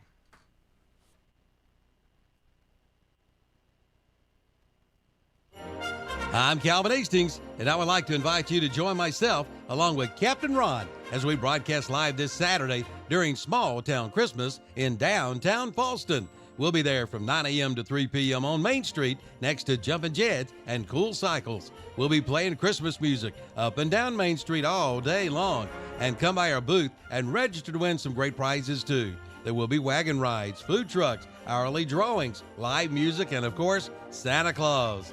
This year's event brought to you in part by Back Road Pickers, Jan's Restaurant, the Falston Community Mart, Camacho's Mini Farm Acres, Wright's Jewelry, Tops Pizza and Pasta, Whitetail Properties, Above the Bar Dance and Gymnastics Academy, Cool Cycle, Jumpin' Jets, DeRisi Power Sports, Oliver's Hardware and Garden Center, Wild Bird Treasures, Parker Family Feed, JB Drone Solutions, the Stamey Tysinger Funeral Home, and the Town of Falston. Small Town Christmas this Saturday, November 22nd, 9 a.m. to 3 p.m. in beautiful downtown Falston. This year's event in memory of Doris Weaver. It's time to ride into fall with the new Slingshot from Full Throttle Power Sports in Law. Financing as low as 0.99% for 36 months and zero money down, or take $4,000 customer cash. Also check out the Polaris factory authorized clearance sale. Also get 0.99% for 36 months and zero money down, or take $4,000 customer cash. And check out the Kawasaki Brute Force 750 Full Throttle Power Sports, 100 Indian Walk-In Law, online at ncfullthrottlepowersports.com. Since 1934, that's right, 1934, Watson Insurance Agency has been providing the people of our area the best possible combination of insurance, risk management techniques, and personalized service in the most efficient manner possible. And today, the tradition continues. Watson Insurance is one of the largest independently owned brokers in the Southeast, represented over 30 of the largest and financially sound insurance carriers today. Before you buy, get a quote with offices in Gastonia, Lincoln, and Belmont and Lake Wiley. Find out more at WatsonInsurance.com. First Federal Savings Bank. They've been serving Lincoln County and the surrounding counties since 1940. If you're looking to build your dream home, purchase a new home, or buy land, they have the products and services for you. At First Federal Savings Bank, they want to get to know you by name and build a relationship for generations to come. Give them a call at 704-735-0416 or visit the website at ffsb-nc.com. Member FDIC and equal housing lender. This month's Scholar Athlete of the Month is Quinlan Avery of West Lincoln High School. The award is sponsored by McDonald's, KTC Broadcasting, and WhatsUpShopper.com. Quinlan is the daughter of David and Abby Avery and is a senior at West Lincoln with a 4.5 grade point average. Quinlan plays volleyball, basketball, and softball. Her advanced courses include Spanish, biology, English, and psychology. Quinlan is a member of the Mount Vernon Baptist Church and helps with the nursery. Her community activities include working with Special Olympics, an elementary tutor, the homeless shelter, and West Lincoln Optimus Volunteer. After graduation, Quinlan plans to become a registered nurse and attend Gardner-Webb College. The McDonald's, KTC Broadcasting, WhatsUpShopper.com Student Athlete Award recognizes not only accomplishments in athletics, but also for overall achievement in the classroom and community. Sponsored by McDonald's, KTC Broadcasting, and WhatsUpShopper.com. Join us for our live Sunday morning worship services on WHS. It's the Sunday morning worship service from Calvary Baptist Church in Shelby, and on WCSL, it's the Sunday morning worship service from First Baptist Church in Cherryville. And we're back on Saturday Morning Sports Talk with Kevin. The guys, they're trying to fix Will's camera. His was a little lopsided when they left for break, so they had to get up on there and fix it. We got you. We're making cameras. I was just telling I'm so people. glad we Oh, was hello. off air. No, we were live. No, the whole world heard all that. No, they didn't. Now we got to readjust. Yeah, we got to fix our cameras. Good morning, everybody. All right, let's make some bad picks. Bad picks. Chip, what was our record? All right. Of last week? We college still? Yes, college. college. All right, college football. I'm gonna go from worst to first here because that was there's a reason for that. Tom got to 500. Well, Tom fell a game behind by 500 to start the week, and he'll go fall another game behind. He was finished 5-6. Will was a game in front of him, 6-5. I promptly had tied Kevin the week before, and then 1 week later fall 2 games back. I was 8-3, and Kevin. Oklahoma messed up your perfect week, man. You went 10-1. Good week. Good and week. I even said on here, y'all see it. I have no faith in this pick whatsoever. Yeah. I shouldn't be doing this, and it was 4 wide, and it's y'all's fault. I swear, y'all kept me from doing it. Could have went undefeated. Good week. And David's in here talking junk last night. You should have said something like, I would have cried last night. All right, here's our bad picks from last week, including my one bad pick. Chip. Who you got this? Give me the ranked team at home.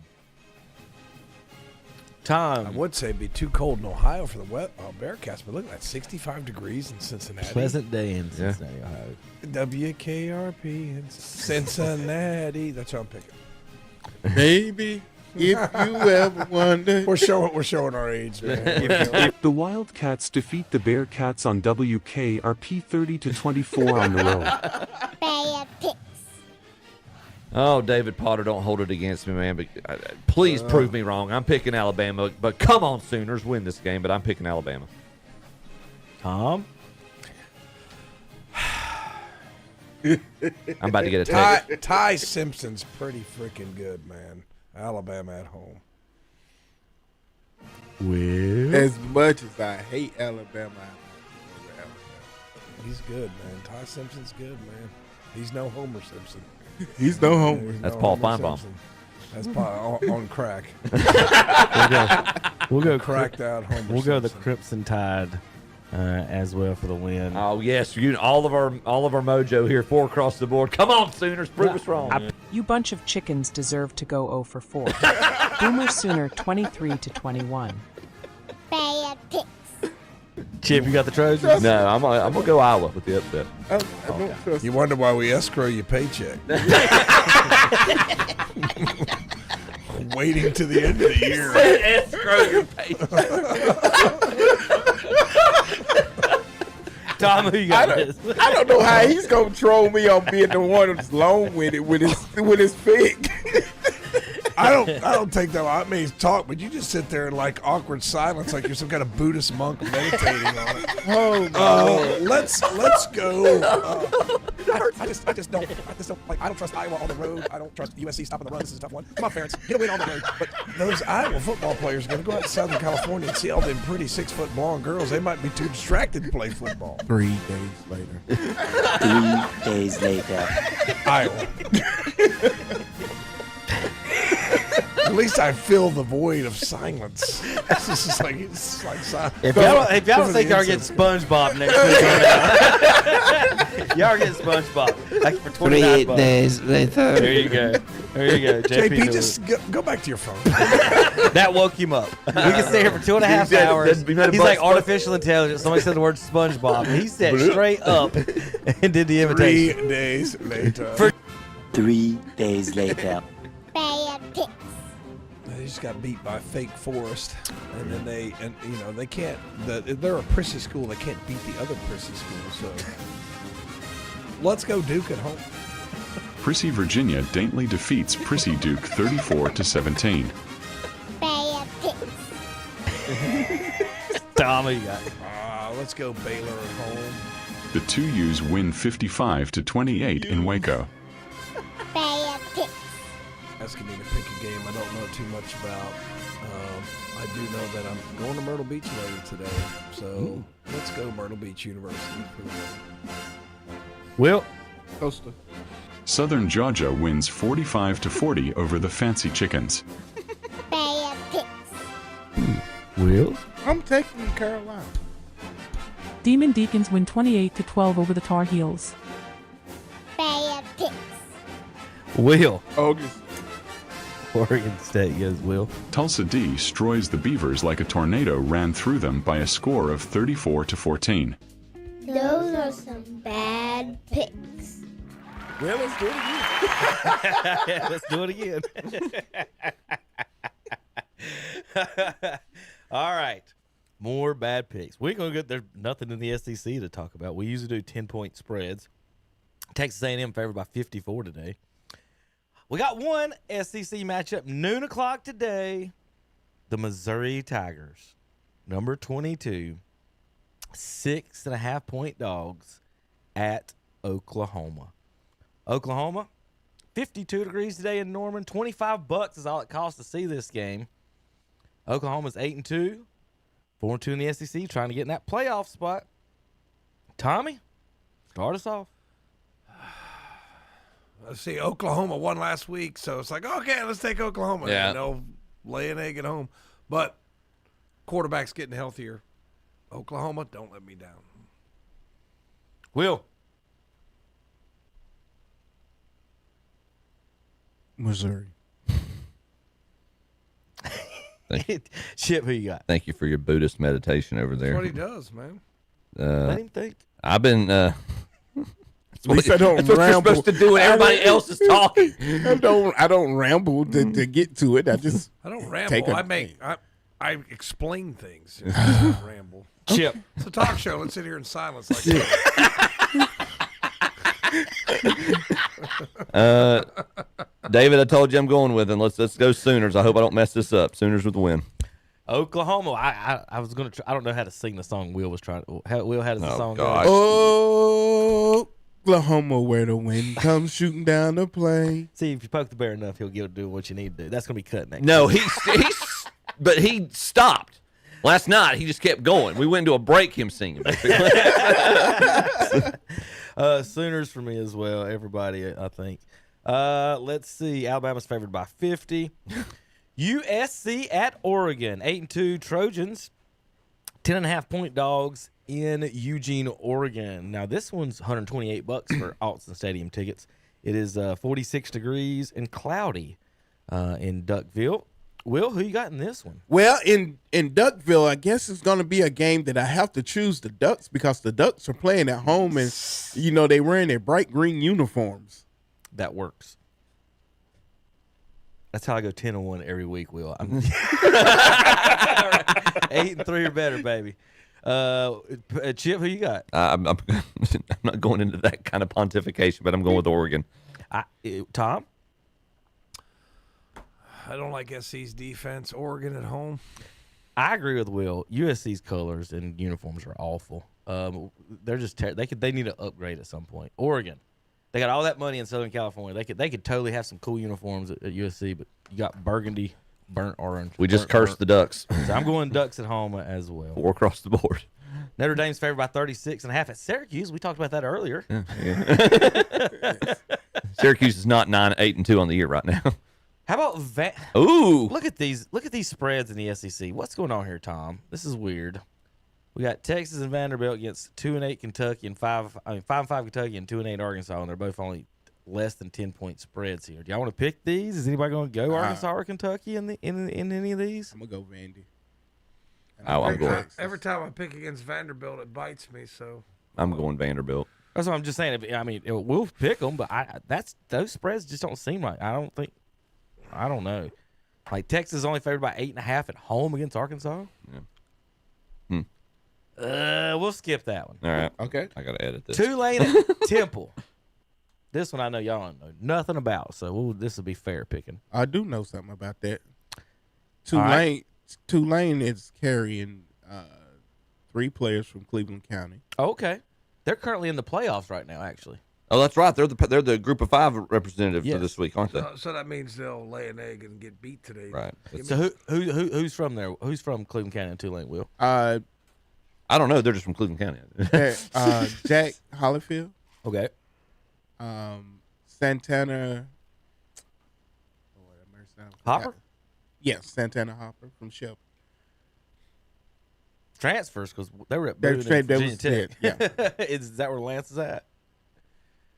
No, How did both of them end up in Tulane? I don't know. That's two I don't know Shelby where people in Lance is Tulane. at, Like, but how did that happen? I don't know. Well, who you got in this one, Will? I'm gonna take Tulane. Tommy? Tulane will lay an egg. Temple. Ooh. Chip. I'm going to support our local boys here, though, and pick Tulane. I'm just saying, every time a Group of 5 Cincinnati, you're in the spotlight, you lose. It's not a bad I thought. It's just Well, a lot of people think James Madison should be ranked ahead of Tulane anyway. So there's an argument there for on Tom's side. I don't know if I've ever seen the Temple Owls football uniforms in my life. So I don't know what the It kind of looks like their basketball uniforms, which is horrible on the football John uniform. Chaney with feathers. Him and Coach K is the only people that look like their mascots. John Chaney and Coach K. I'm going the Temple Owls with Tom on this one for the upset. Houston, we have a problem. I didn't get to say the two U's this week. No, we ain't got there yet. Just roll past it. Oh, it was like a 15-point spread. Yeah, 16-point spread. You ain't got nothing on the U's this week. TCU, the Horned Frogs, go to visit the Cougars across the state. 1.5-point favorites for $29. Houston, favored over TCU. Chip, who you got in this one? I have no confidence in this pick, but I'm going to go Houston. Tommy. It's got my initials. Got to go with them. TCU. There you go. I like that. See, Will, you think we break it down all kinds of ways here. You got this one. Against all comfortability here, I'm going to Houston because Houston is the ranked team. Give me the Houston Cougars at home. I don't feel good about that one. Yeah, I don't either. I don't feel good about the Cougars on that one. But I don't know if I can pick Thompson Fauna University. Don't try to act like you don't like Cougars. I love them. Pittsburgh and Georgia Tech today. Big game. Not 7-3. Pittsburgh at 9-1. Georgia Tech. Georgia Tech's trying to get in these playoffs somehow. 2.5-point favorites over Pitt at home. Will, who you got in this one? Give me the Rambling Rick from Georgia Tech. Uh-oh. Tommy? I just took Pittsburgh on my betting app. Chip. Give me the Yellow Jackets. Tom announces his bets. I picked the other two. Go ahead. Just because you announced it, I think you win your secret bets, but when you announce it on the show, I'm keeping my monologue short today because I'm told I'm not allowed to talk. I'm going to talk to you. What's a talk show where you shut the hell up? I'm so glad Black Terry joined the show.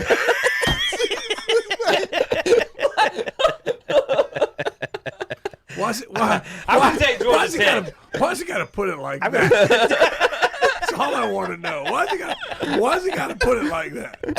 Oh, Lord Jesus. And he even mocked us with the Oregon pick. Well, guys, I think with Oregon with their uniforms and them being beautiful up in the University of Oregon, I'm going to pick the. He nailed it, though. I mean, that's half how I make half my picks. As far as I know, Joe Hamilton's playing Dan Marino today.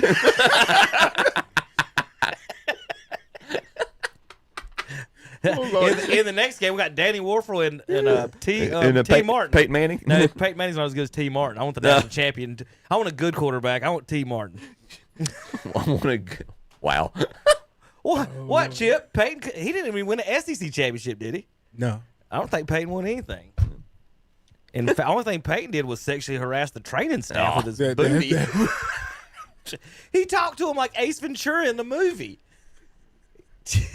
If you don't know that, look it up for you Peyton Manning fans. He's in there talking to the training staff like Ace Ventura. That's where he got it from. Just watch the movie if you know what I'm talking about when he's talking to Einhorn. Tennessee, T. Martin. You know when they won that national championship, Chip? The reason they did is because their starting fullback was from Bessemer City. Oh. Mr. Philip Crosby. Yeah. Very nice. Anyway, Tennessee's favored by 3.5 over Florida. I guess Jonathan Buller's playing defense. Who you got in this one, Tommy? 3.5 point favorite. Sorry, I didn't mean to Florida interrupt at home. you. Ooh. Will. That's big. I'm gonna take Tennessee. Chip. Scary pick. I'm gonna pick Tennessee to beat Florida in the Swamp. I look over at that stat and see former Appalachian State quarterback's got 10 interceptions on the year. He's going to the Swamp. Only favored by 3.5. They put up a lot of points. 3-7 Florida. Tennessee's got too much to play for. Vols with the victory in this one. For $9, you can see Illinois and Wisconsin today. $9. Illinois is favored by 9.5 at Camp Randall Stadium. It's going to be 43 degrees. No, I'm good. Thanks. Can the Badgers defeat the Illini? Tom, Mr. Big Ten.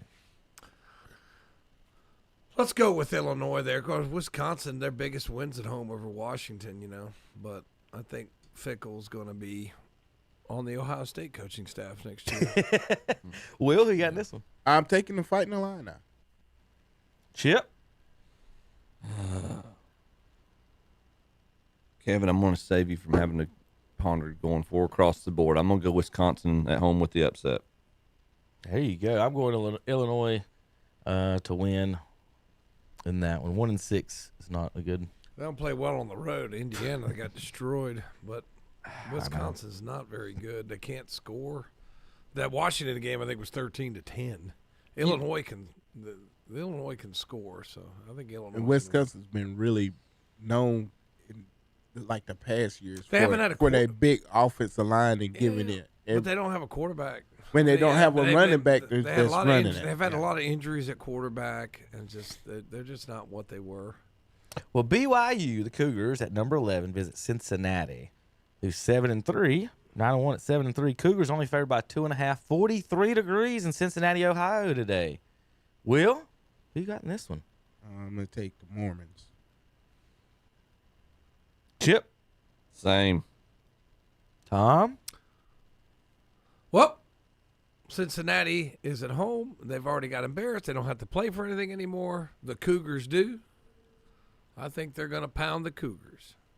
Cincinnati. Ooh. I'm going to go BYU in this one. Tom said every reason I thought he was going to pick the Cougars, then he picked the Bearcats. So I'll go with the Cougars in this one. How many games is that there, Chipper? That's 8. We'd get through this if Will wasn't so immature. Over in the Sun Belt, Marshall comes into Kid Brewer Stadium today. $18, twice as much as a Big Ten game. Come to App State. We got the Thunder and Herd, who's never beaten West Virginia. Let's see if they can beat this group of Mountaineers. But Thunder and Herd's favored by 5.5 in this one. Chip, who you got in this? Oh, man. Scary place to play, Kid Brewer. 1-5 in the conference. Yeah, I'm going to go Marshall.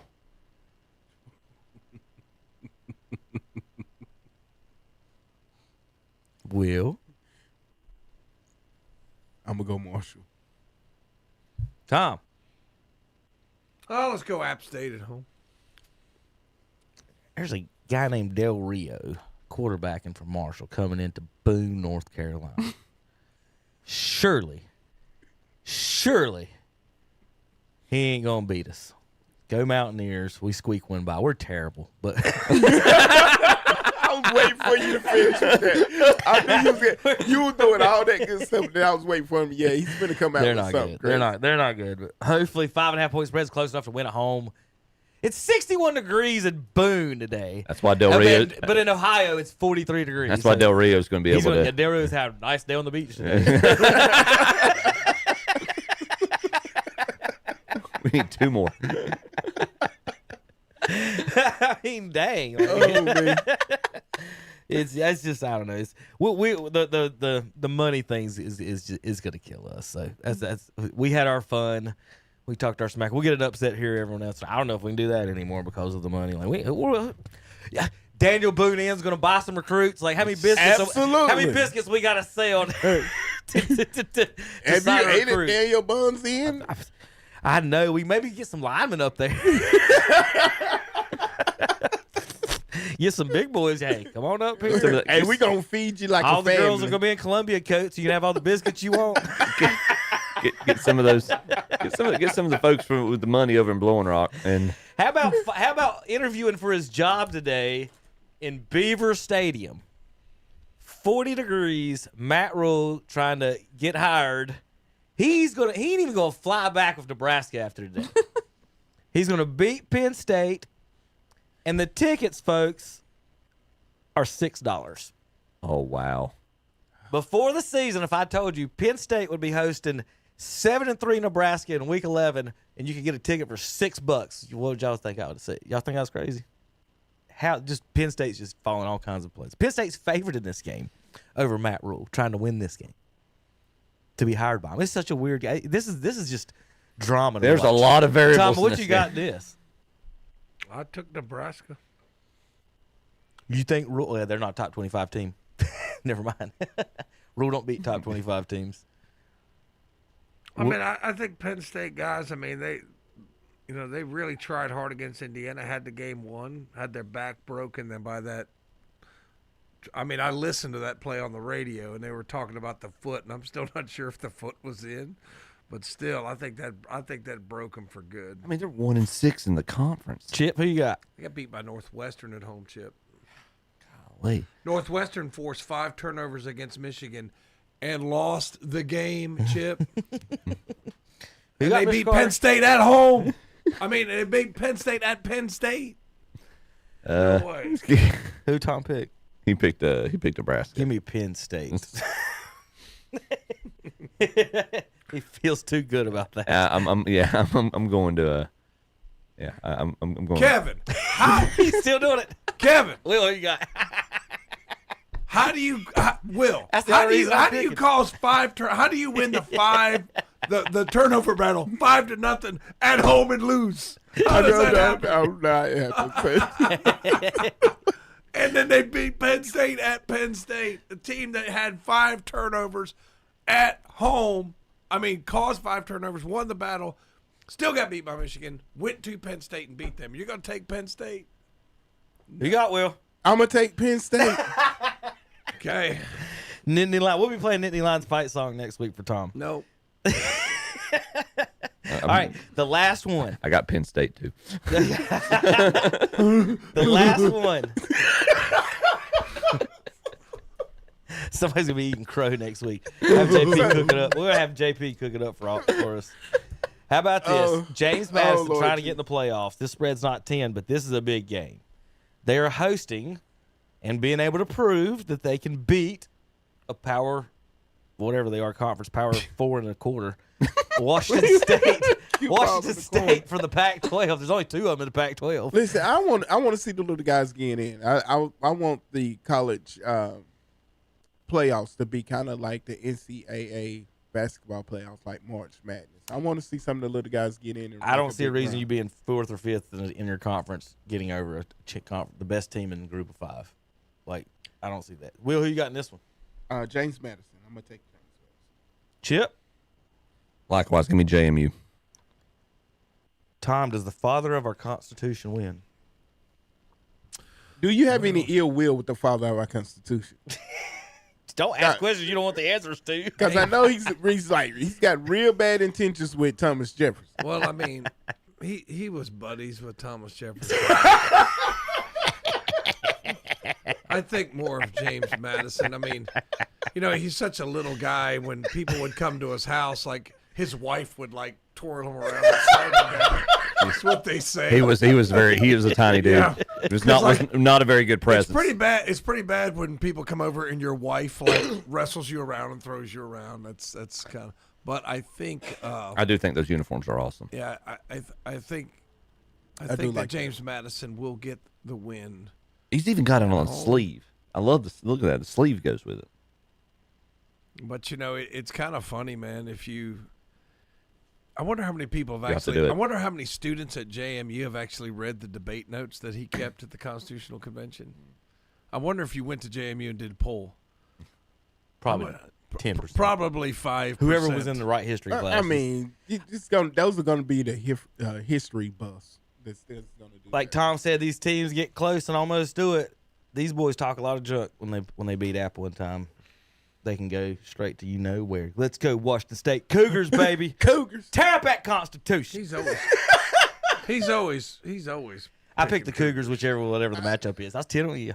Go Cougars. We'll be back in a minute. KDCBroadcasting.com. Beavers too. I'm Calvin Hastings, and I would like to invite you to join myself along with Captain Ron as we broadcast live this Saturday during Small Town Christmas in downtown Fallston. We'll be there from 9 a.m. to 3 p.m. on Main Street next to Jumpin' Jeds and Cool Cycles. We'll be playing Christmas music up and down Main Street all day long. And come by our booth and register to win some great prizes too. There will be wagon rides, food trucks, hourly drawings, live music, and of course, Santa Claus.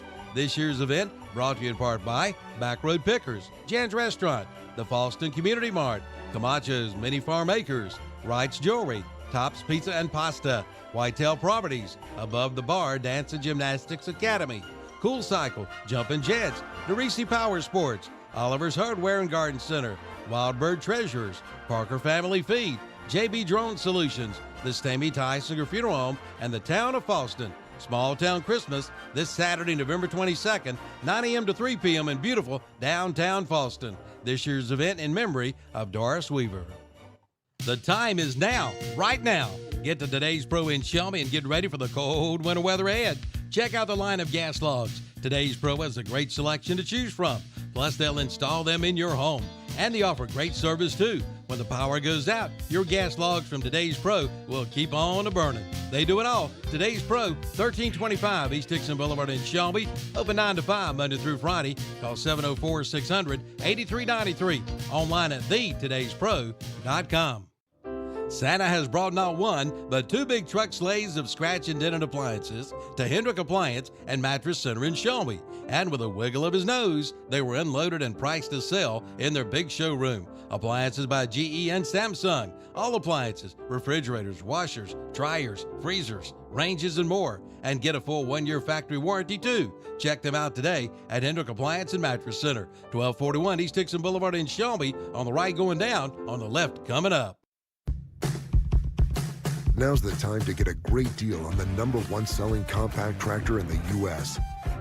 Professional grade mowers, durable sidekick utility vehicles, and versatile compact tractors. It's the equipment you need to take care of your land. Right now, bring home select Kubota equipment for 0 down, 0% APR for up to 84 months, or save up to $2,800. Your Kubota dealer in this area is Parker Farm Service, 126 Bessie Drive, Kings Mountain. Leaf season is here, and Boyd's Tire and Appliance and Boyd's Lawn and Garden in Clover are ready. You'll find all kinds of blowers by Echo and Steel, handheld and backpack blowers, gas and battery-powered blowers, and mulching mowers too.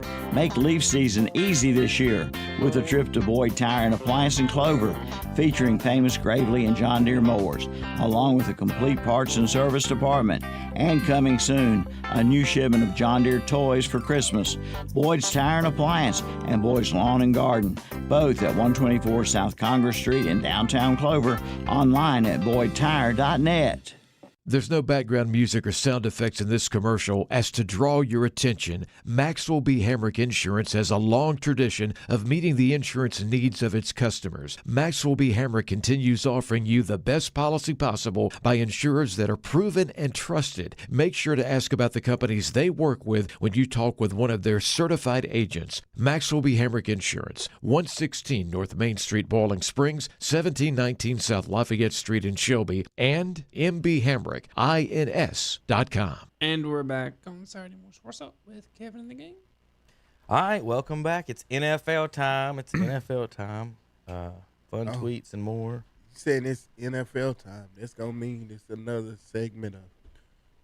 Yeah, we got more bad picks coming up. I don't think I'm guessing I didn't do as well in the NFL, but we'll talk about that in a minute. We got more. Got a bunch of I would say. Fun tweets. This one we're going to look at offensive line play. This is Buffalo. And the guy tweeting was complaining about the play call, about how they handed the ball off 5 yards backwards when Josh Allen's only 1 yard away from the first down marker. He wanted him to do shock. I don't know what he wanted to do, but I would rather you hand off the running back almost every day. Now, Will, I'm not an offensive line expert, but I want you guys to watch the right tackle and the right guard and what do they block on this play, and then tell me if it's the offensive quarterback, the coordinator, or the quarterback's fault that this play did not work. All right, here we go.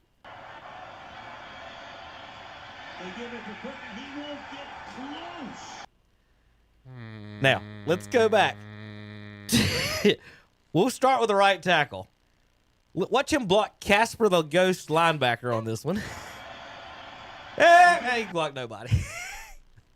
He's an eligible receiver right now. Right now, he's an eligible receiver right now. Then the right guard gets beat, and his man makes the tackle. Was that the right guard's man that made the tackle? Yeah, the guy right in front of him. 64, Yep. Oh, yeah. Yep. Doesn't maintain. And the center goes second level on a 1 yard when they need 1 yard. We got a whiff. A missed block at a second level. We got a whip, a lineman, Total whiff. lineman ready for the hook and ladder, and another one blocking watch the downfield. fullback fail to blow out the defensive end here.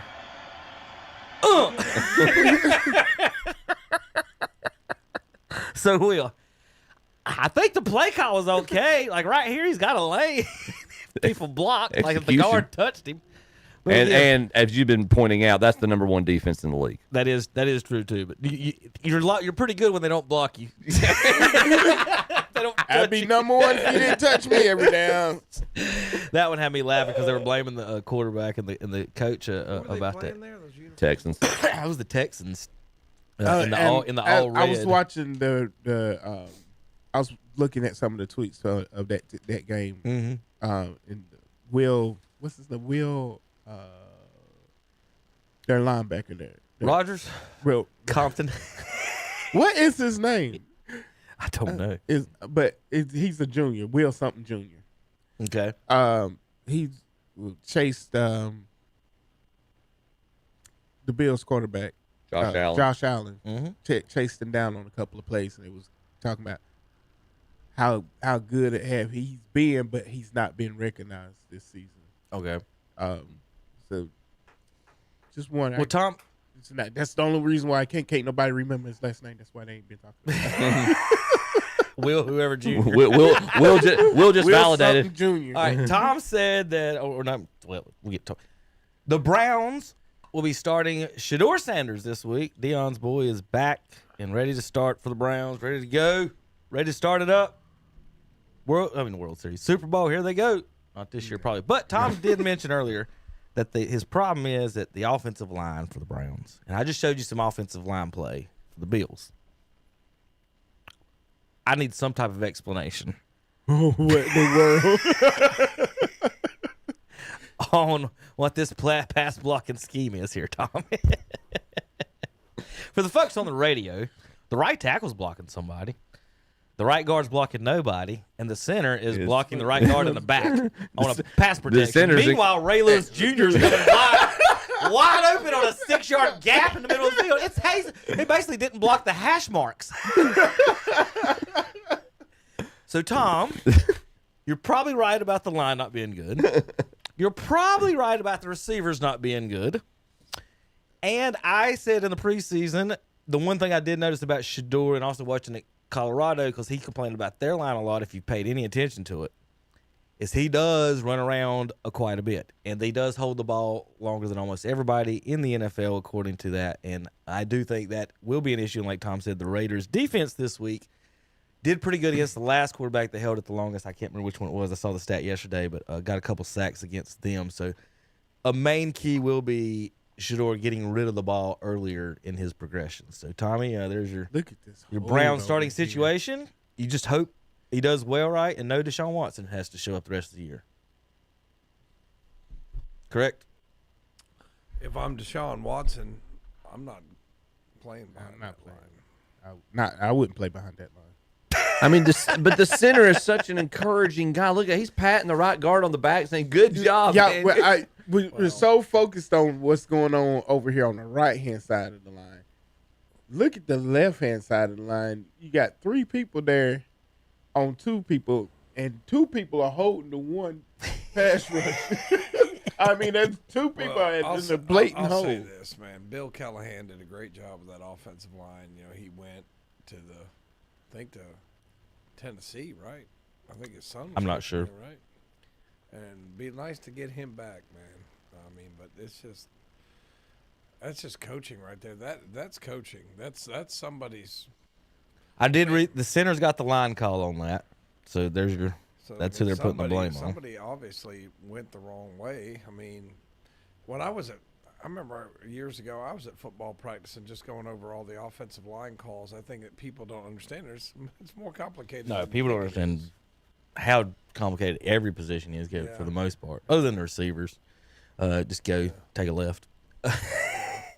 Panthers, they're going to win based on the coin toss. Told you guys it's rigged. If they win the coin toss this year, they're 6-0, and if they lose the coin toss, they're 0-5. So Tommy, that's all you got to watch. Have you ever make your late bets after the Panthers coin toss? Have you ever seen a quarterback look so inept against everybody but one team?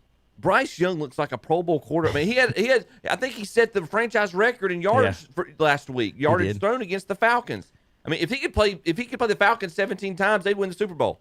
I mean, I think Bryce Young's kind of turning into the Baker Mayfield, like a guy that was probably drafted sooner than he should have been, but developing into somebody who can be your team's quarterback.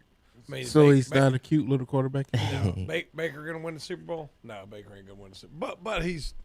He might. I'd bet Baker before I'd bet Bryce Young. Yeah. Baker might. He ain't going to win the Super Bowl. Baker might. He's good. He's good, but he's not going to win the Super Bowl. If they're not going to win it on him. If he gets a really good defense and. You get precisely. You get a top 5 defense on your team and an arm like that. And somebody can blow. You draft a guy number 1 overall, saying, "Man, well, if we just have the best." Well, Joe Flacco did it.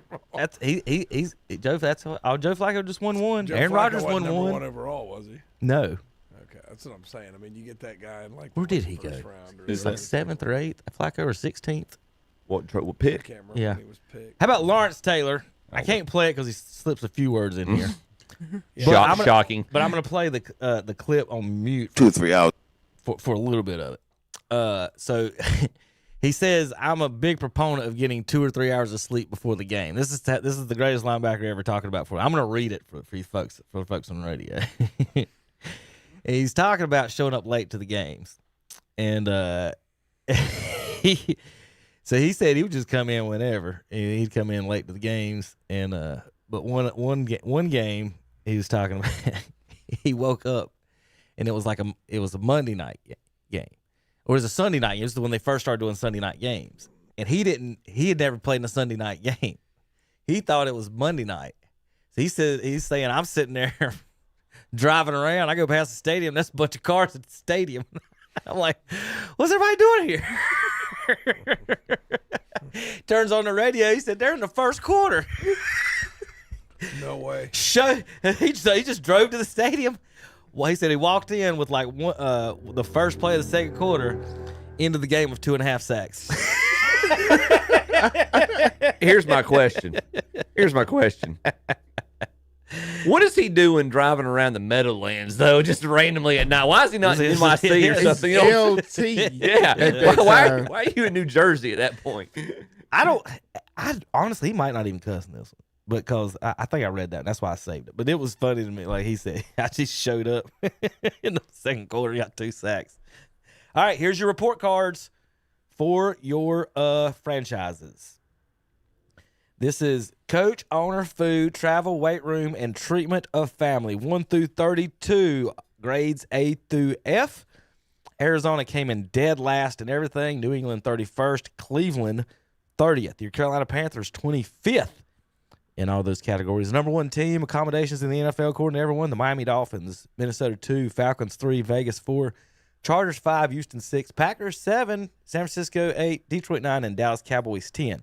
Now, owner grades. Carolina Panthers, you got an A- in coach, a D- in owner, a D in travel, a B in food, a C+ in the weight room, and a B+ in the treatment of family.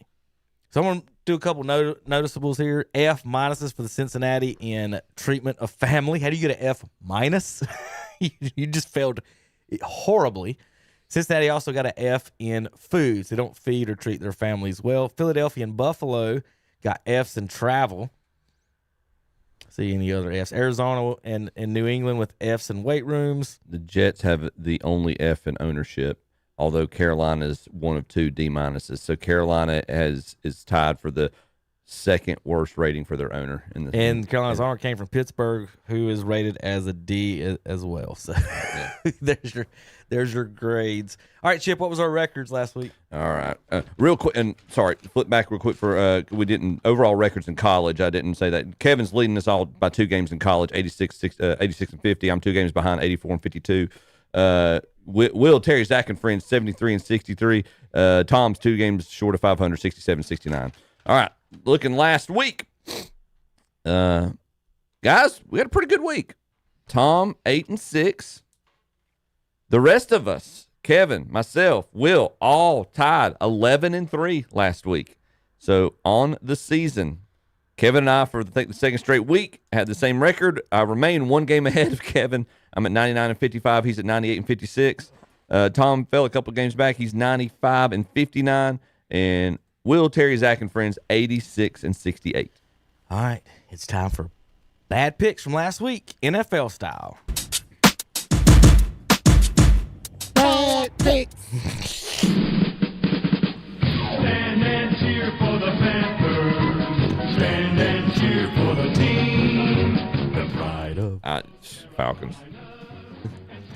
Tom? The Falcons are favored. They got beat 30 to nothing. By the Panthers last time. It's crazy. Oh, this is Bryce Young's team. I forgot that he beats. I forgot about that. I'm going to stick with the Falcons. We'll go Falcons. Bryce Young is the Falcons' daddy. Panthers win 30-27 in overtime over the Dirty Birds. Bad picks. I'm not going for a cross. I'm just refusing nowadays. We'll go Tampa Bay. I have no faith in that pick whatsoever. Let's go Tampa. Bills circle the wagons and defeat the Buccaneers 44-32 on dry land. Bad picks. Let's go Commanders. I don't trust the Dolphins. They win 1, lose 1. Everybody's going to put their money on the Dolphins because they beat the Bills last week, and then they lay an egg. This always happens. That's what Vegas does, isn't it? I'm telling you. Vegas is not in Spain.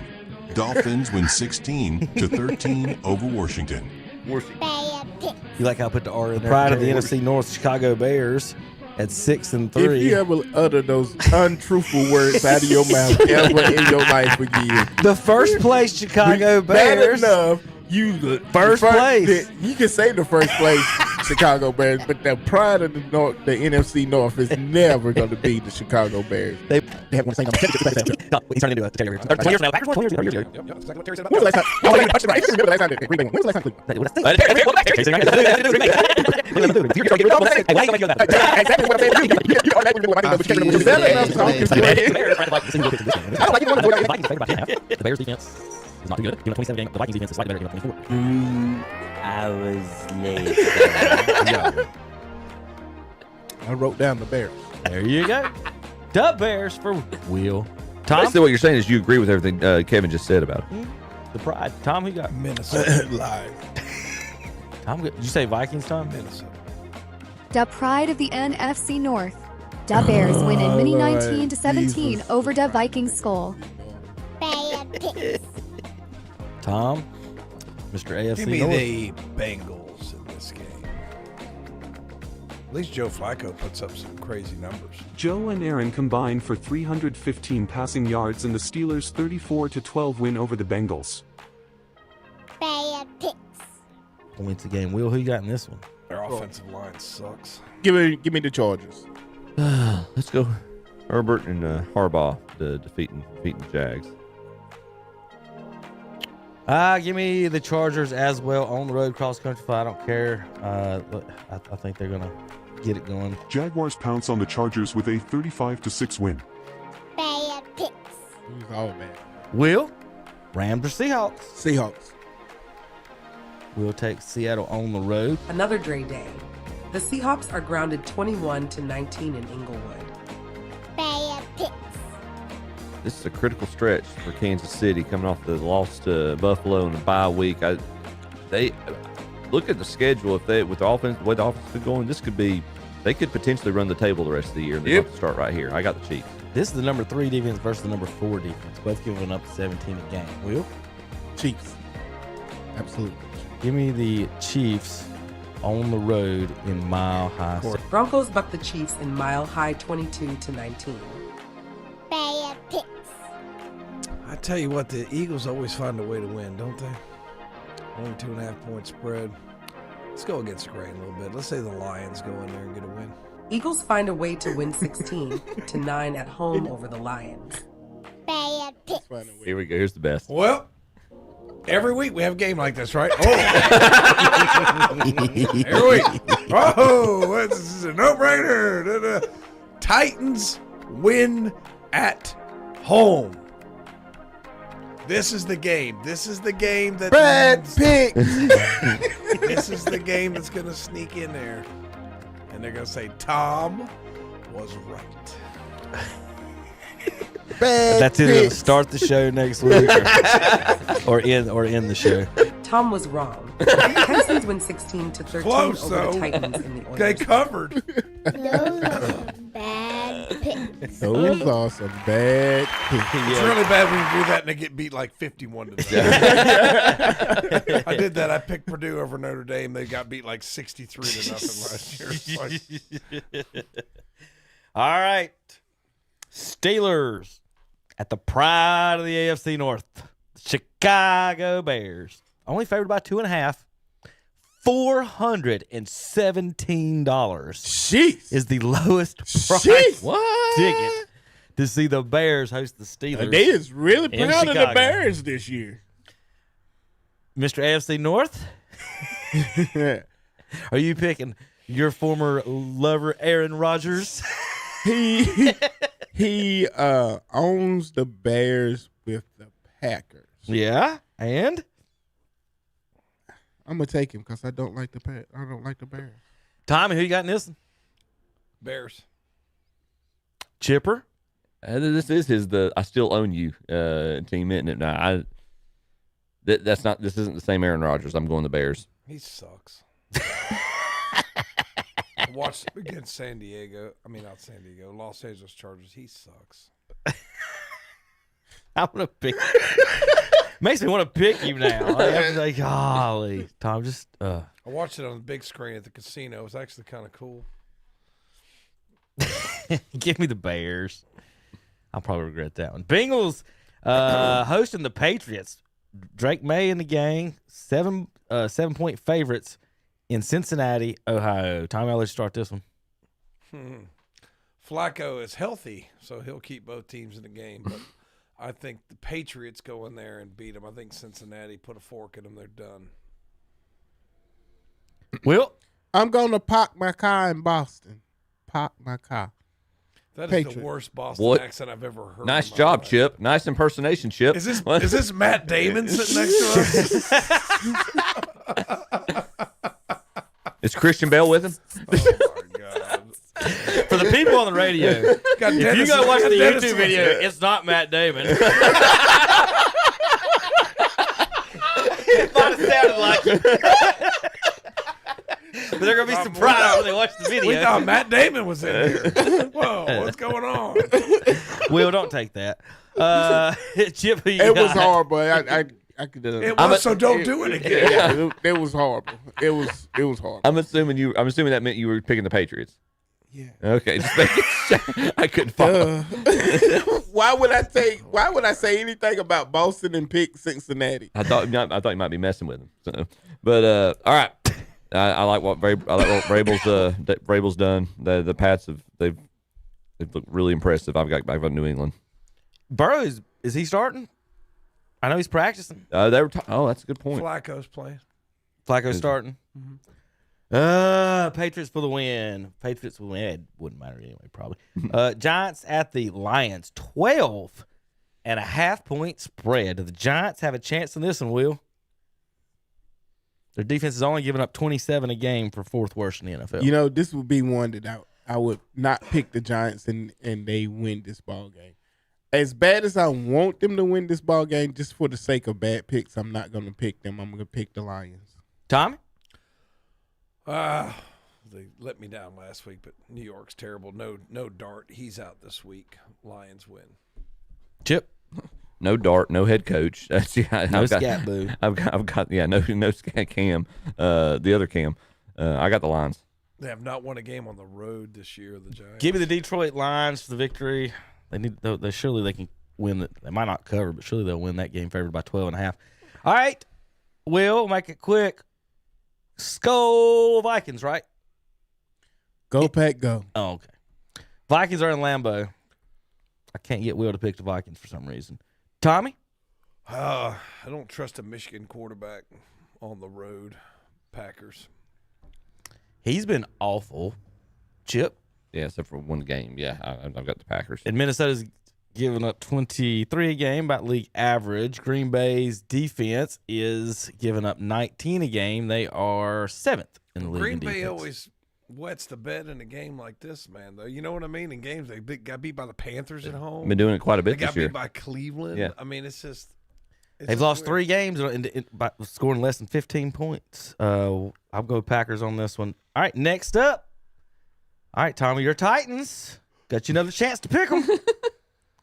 They're only 13.5 point dogs at home this week. $22 in Nashville. All the bachelorettes can get a good cheap ticket to They're this 13 today. and a half. They're a 13.5 underdog at home when Seattle's go all the way across the country. Correct.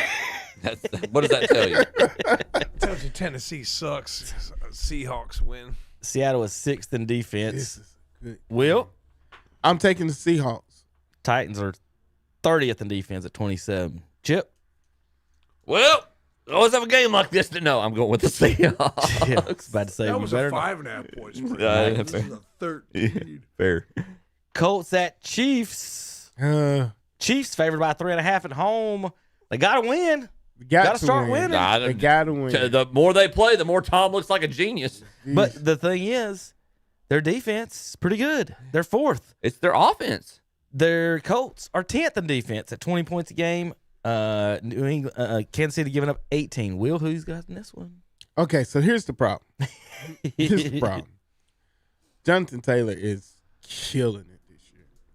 He's good. He had the one bad game where they held him in check and they lost the game. But this is a must win and Mahomes' back is against the wall. So I'm gonna take the Chiefs because this is a must win for them. Tom? What have I been saying, Chip? You said it before the season started. Chiefs weren't going to make the playoffs. Indianapolis wins. Chipper? I mean, you keep waiting for Kansas City to turn it on, and I mean, there's offense has shown glimpses of looking good. They're healthy. There's no look at this. The quarterback they're showing with the best stats right now is not the best in the league. Daniel Jones is showing on the screen right now, but I mean, you keep waiting for the Chiefs to turn it on. I'm going to pick the Chiefs at Arrowhead. They're 5-5. I ain't picking no Duke quarterback to win an Arrowhead.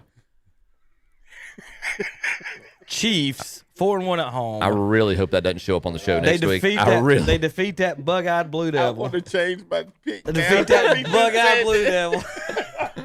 Ain't no way they losing to the Colts. They're going 5-6 and losing at home. Chiefs with a victory. Chiefs are 9th right now in the AFC, by the way. I want to change my pick so Who bad did right you now. pick? He picked the Chiefs. Well, change it. You can. Shimon! Shimon! Shimon! Shimon! Don't be scared. Who you got? Ravens. All right, you're going to Oh, stay you gonna with stick it. with it? All right. Jets at the Ravens. Anybody got the Jets? I got the Ravens. No. Tommy? Oh, no. No Flyers on the Jets? Anybody Flyers? Will? Chip? Every time we do this, next week, bad picks. I'll gladly take bad picks. I'm All not right. picking the Jets. We all go purple. Ravens for the win, 13.5 point favorites. All right, here we go. We'll have some split picks here. Shedeur Sanders goes into Vegas. The 2-8 Raiders and 2-8 Browns. If you're in hell this weekend, get your gamble on in Vegas. Let them roll. Vegas favored by 4 over the Brownies. Now, the defensive wise, Brownies are giving up 23 a game league average, and the Raiders are giving up 25 a game. All right, Tommy. A little misleading. Browns defense, they're on the field a lot. The offensive line's horrible. Tillman's come on for the wide receiver. He's developing maybe into, okay, we actually have someone to throw the ball to, but they don't have enough. The line's not good enough to block. The receivers can't catch. Defense is out there too long. Myles Garrett will have 6 sacks, and they'll lose. He's on pace for 30. He's incredible. Raiders win at home. William? Back what Tommy said, Miles Davis will have 6 sacks, but I think their defense creates points this week. I'm going to take the Browns on the road. He'll have. He broke Lawrence Taylor's record of 12 sacks in a season, consecutive seasons with 12 sacks or something like that. I mean, he has like 4 sacks, and sometimes I think he has a conversation with himself. I know I took the money, but I'm still in hell. You know, I sold my soul. I mean, I just think he's, you know, I just hate that. You know, I don't think they'll get it together soon enough for him to get a championship. Yeah. Chip. The Browns just better hope Max Crosby doesn't end Shedeur Sanders' season. I've got the Raiders. Cleveland's going to win this game so easily. No, not easily. Browns quarterbacks 0-17 in first starts since 1999. And the Browns have a hype video of him throwing literally routes in basically in no pads. I believe in Shedeur. I just think he's got to get rid of the ball a little quicker. Colorado this year is terrible without him. Browns have been terrible, and he's sitting over watching the little lefty quarterback. They're also terrible without Travis Hunter. They showed him. That has nothing to do with it. They showed him. But I got the Brownies winning. Hey, Kevin, you know what they showed him doing at practice? Dancing like your boy Cam Newton. He's like your boy Cam. He might be. I can't. He might lead the Browns to a Super Bowl. I don't Carolina think Country, WCSL, 92. I hope I am wrong. I hope you are right, Kevin. But they're 2-8, Tom. Like it can't be worse. I'm not. You got Deshaun Watson sitting over there. You're missing the point. I just don't think he's. I hope he is the answer, because if he is, then you don't have to draft a quarterback next year. So they got what 3? How many more games left? 6 games. That's what I'm saying. If they go 3-3, 2-3, 2-4, like I don't think that, but I really don't think the problem is the quarterback. I think it's the surrounding pieces. We don't know how good he's going to be. You got a decent running back. You got a good I know it's college, ends. but you watch Julian saying, no Tate, no Jeremiah Smith. Guy looks kind of normal now. You know, I mean, it's like it. You know, who you throwing the football to? If you don't have matters. If you don't have anybody to block, and you don't have receivers, I mean, what's he supposed to do? I mean, you can put, like I say, you can just name your classic. Put Tom Brady, put Joe Montana. They're awful. No, he's got no line. He's got no one to throw. If you're in hell this week and just want to watch bad quarterback play, you can watch Jaguars and Cardinals. Jaguars got a good. Oh my Lord! Jaguars got a good defense, but Jacoby Brissett and Trevor Lawrence are just $15 is all it takes. You got a game to see this game. $400, and this one you get it for $15. And you can get $15. You see a $15 ticket and a $20 beer. Yeah, I know, right? Yeah. I guarantee the imported beers are probably $14.50 right there, like Tom just said. All right, who you got in this one, Tommy? Good defense in Jacksonville. You know, I've kind of always stood up for Trevor Lawrence, haven't I? Even though I hate Clemson, I stick up for him because Kevin is always dogging him out. Let's go, Trevor Lawrence. Keep picking him. I'll pick him in this. You think I'm gonna pick Jacoby Brissett? Yeah. I mean, come on. I like Jacoby. I like Jacoby. He's a good guy, but I'm not picking him to beat Jaguars. Not against that defense. Will? I'm gonna take the Jaguars from Jacksonville. Duval. Chip?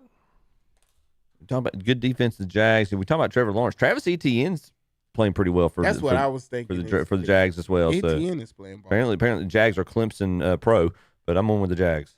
Jaguars are 12th in defense. The only teams that's ever won a Super Bowl, 45 or 51 years, whatever it is. Only 5 teams have not won a Super Bowl with a top 12 defense. So I'm going to go them over Jacoby Brissett, like you just said. Arizona is 25th in defense as well. So Jaguars for me. Eagles and Cowboys. Oh, this is big game. I guess if the Cowboys want any semblance of a playoff run, they got to start winning some games probably right about now. They're not totally out of it. No. Playoff-wise, Dallas is sitting in 10th at 4-5-1. 7th place is San Francisco at 7-4, and the Packers, the team they tied with, at 6-3-1. Cowboys are dogs by 3 at home. Will, who you got there? Y'all ain't gonna believe this, but I'm gonna take the Cowboys. That's not a bad pick, actually. Tommy, you trust the Cowboys defense? Not me. I don't trust the Eagles defense to stop Dak either. No, Eagles been playing pretty good defense. The defense has been saving them. Dallas Cowboys, the next to last defense in the NFL at 29 points a game. Spot on. Tom is always right. Eagles with the 8th best defense at 20 points a game. So 10-point spread just on the defenses right there. Yeah, Chip? Eagles are much better defensively. Everything. I mean, Cowboys, Pickens is starting to, or Dak's having a good connection with CD and with Pickens. The Eagles are in free fall. They got a lot of, or off the field in free fall. There's a lot of grumbling going on with Brown and people complaining about Hurts, but they just keep finding ways to win. And I'm going to go with the Eagles. Dallas will never be good until they get a good defense. They didn't have winning records unless they had a good defense. You can score all the points you want. 29 points a game ain't going to do it. Eagles for the victory in Big D. Now, if you are in hell, you do get to see whoever's starting for the Falcons this week. Who is starting for the Falcons? Because Penix got hurt again, and he's out for the season with another ACL. Got to be.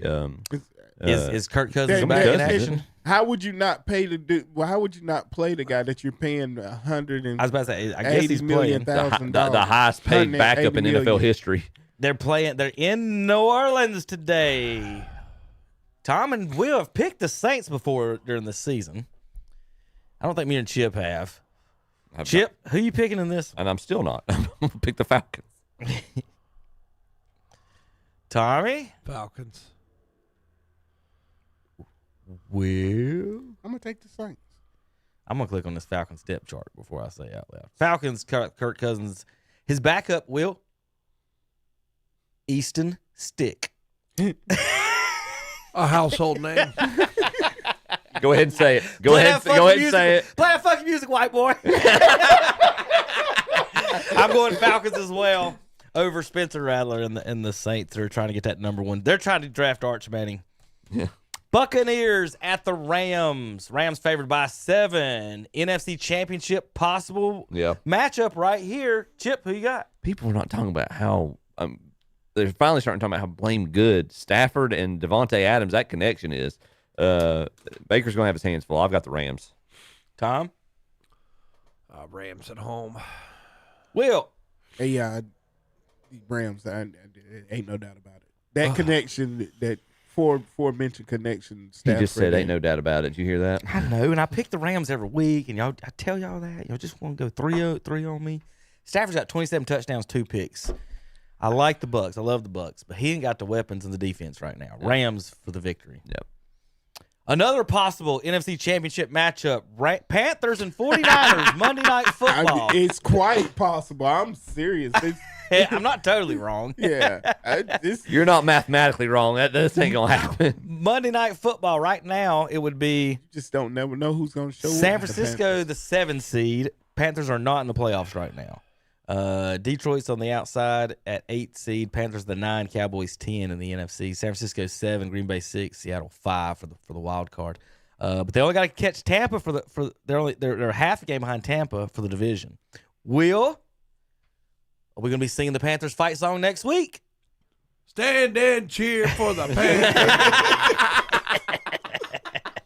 That came out of nowhere. That was pretty good. That was awesome. It's a lot better than your Boston accent. Will, who you got? I got I'm gonna take the Panthers.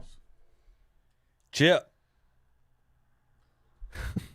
This might be Bryce Young's first Monday Night Football. Yeah, it is. Yeah. All right. Yeah. Bright light's gonna be too much for him. I'm going with the Niners. Tom. The bright lights are gonna be too much for him. I hate this dude. The bright lights gonna be too much for you, boy. He sounded like a prison card in Alabama on that one. Let's go Panthers for the upset. And the bright lights ain't gonna be too bright tonight. Well, I agree with Chip. And I think the bright lights are going to be too bright. And I think the Santa Clara 49ers are going to dog walk the Carolina Panthers I didn't realize by 25 points. I didn't realize we went down to Alabama to get some help. Bright lights. The bright lights gonna be too bright for you tonight, boy. Christian McCaffrey, 3 touchdowns. At least he ain't picking at my They accent today. destroy the Carolina Panthers. That on wasn't Monday even an impersonation. That was just my voice. football. Destroyed. We'll be back in a minute. KDCBroadcasting.com. Oh. I'm Calvin Hastings, and I would like to invite you to join myself along with Captain Ron as we broadcast live this Saturday during Small Town Christmas in downtown Falston. We'll be there from 9 a.m. to 3 p.m. on Main Street next to Jumpin' Jeds and Cool Cycles. We'll be playing Christmas music up and down Main Street all day long. And come by our booth and register to win some great prizes too. There will be wagon rides, food trucks, hourly drawings, live music, and of course, Santa Claus. This year's event brought to you in part by Back Road Pickers, Jan's Restaurant, the Falston Community Mart, Camacho's Mini Farm Acres, Wright's Jewelry, Tops Pizza and Pasta, Whitetail Properties, Above the Bar Dance and Gymnastics Academy, Cool Cycle, Jumpin' Jets, DeRisi Power Sports, Oliver's Hardware and Garden Center, Wild Bird Treasures, Parker Family Feed, JB Drone Solutions, the Stamey Tysinger Funeral Home, and the Town of Falston. Small Town Christmas this Saturday, November 22nd, 9 a.m. to 3 p.m. in beautiful downtown Falston. This year's event in memory of Doris Weaver. Cakes and cookies, toys and gifts.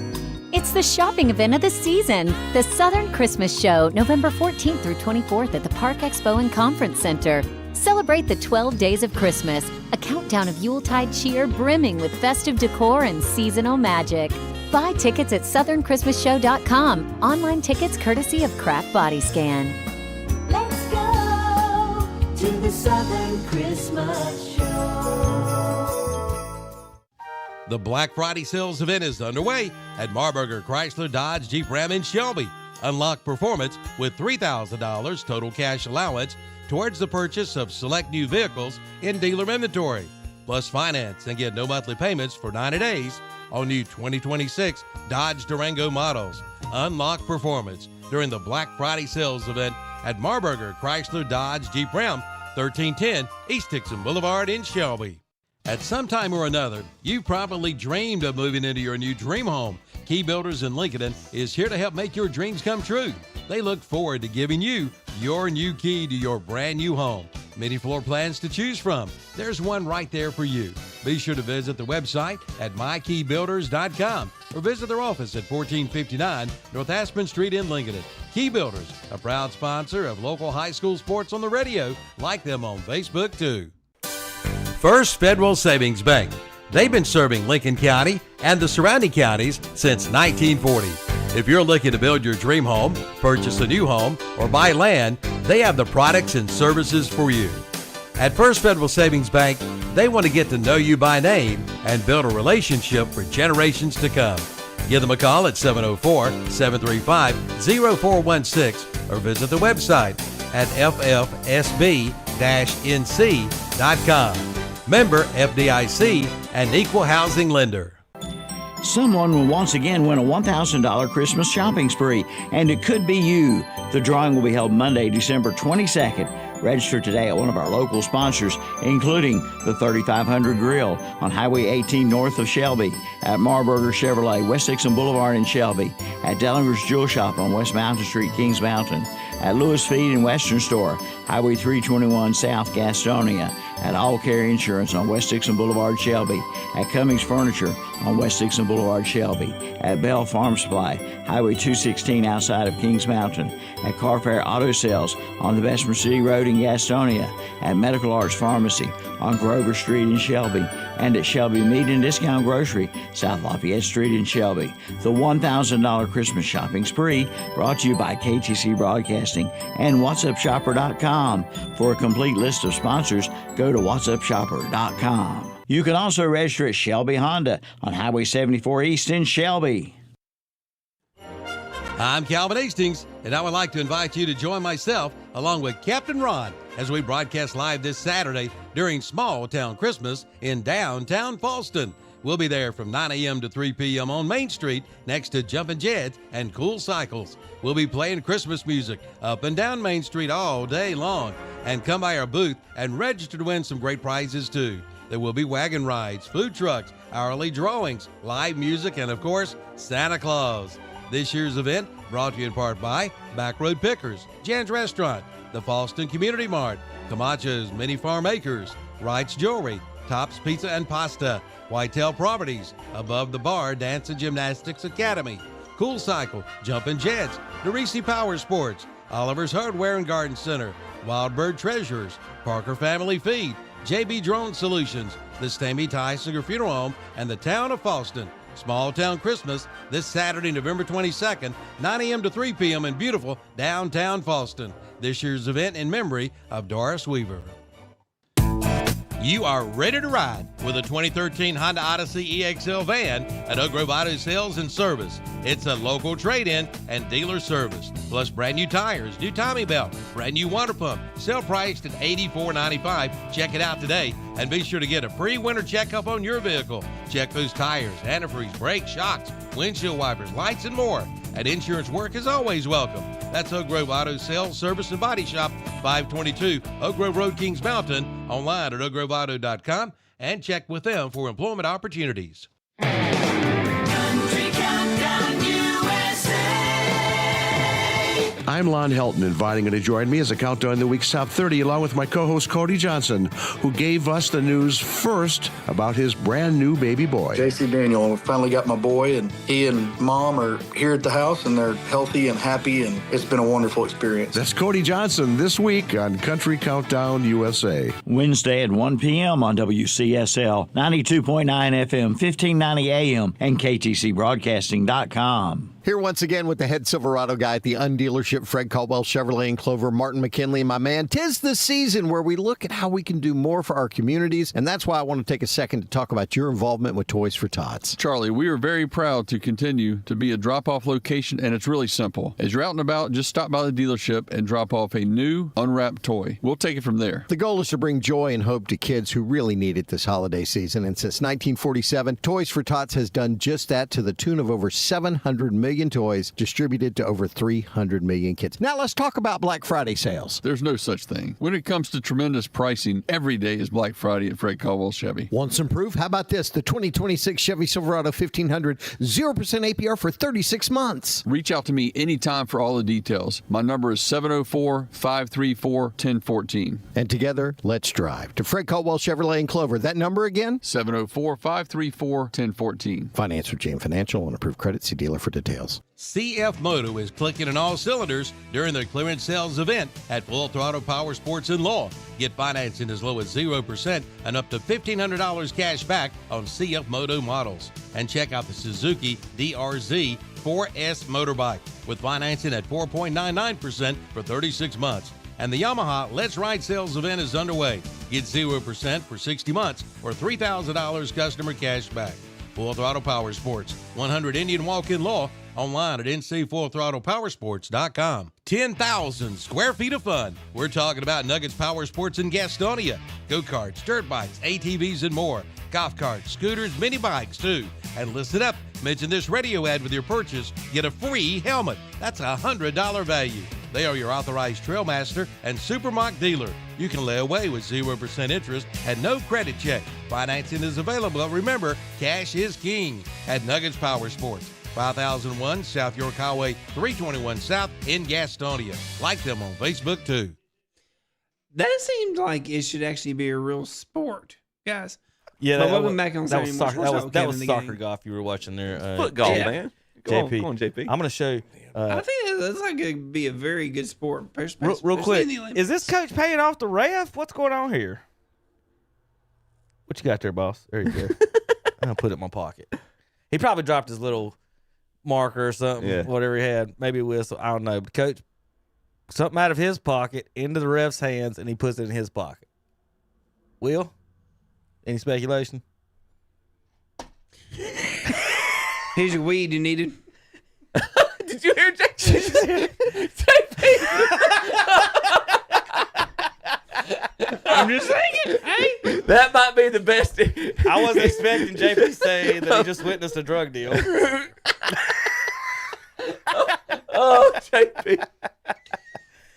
In the NBA standings, the Hornets are where they always are, in 12th place at 4-11. And LaMelo has said he is open to a trade. He says that the reports are not true, but reports are going all around the NBA that LaMelo, he hasn't asked for a trade, but he would be open to one. His dad has already said he wants the boys on the Clippers. But we've been saying for years the Hornets are never going to go anywhere with him as the leading scorer type thing. There's that for you LaMelo fans. They're 4-11 on the season. Don't think they're going to make the playoffs. He's always hurt. Both those balls. Always hurt. Brandon Miller's also out. So the nipple's taking all of our shots, and he's doing pretty decent. But when somebody you shoot all the shots, somebody's got to score, right? Yeah. So Hornets not doing too well. Will, I don't think we're going to win the championship this year. I don't think we are. Detroit's 13-2 overall in the East. They're number 1 out west. Oklahoma City, guys, 16-1. We could get hot. Now, Oklahoma City owns other people's draft picks because of the Shea Gilgeous Paul George trade. They could have 2 top 10 picks next year. They could if the Clippers, they could get the number 1 pick if the Clippers end up in the bottom 3. Like the Clippers are 4-11 right now. They got their pick. So the OKC at 16-1 will have the Clippers pick next year. So and their core are basically all signed for the next 2 or 3 years. Oh yeah, I mean, they're ready. They're not going anywhere. As long as they stay healthy, they're not going anywhere. Nope. All right. Any other news and notes, guys? NBA. I know we got to get out of here. We didn't have really nothing. Steph Curry announced he's going to be out on Wednesday. A few hours later, Draymond Green announced he'll be out as well with an illness. Draymond does not play if you keep count when Steph Curry does not play. So every time Curry gets an injury, Draymond does too. It's the weirdest thing. Right? MVP. The GOAT. All right. Any other news and notes, guys? Thoughts, suggestions? Well, good luck to our Cleveland County teams in the playoffs. We got to play this real quick. Listen to this referee. All right. The ruling on the floor, since we have no idea who knocked the ball out of bounds, is the jump ball center circle, NE2. Milwaukee is challenging that ruling. Hey, I love his honesty. Since we have no idea what happened on the floor is what he just said. The ruling on the floor, since we have no idea who knocked the ball out of bounds. He got that little grin going. Jump ball, baby. Is the jump ball center circle, NE2. I love it. The bright lights were a little too much for those officials, it looks like. I love it. I love it. All right, guys, we'll see you next week. KDCBroadcasting.com. Every once in a while, you just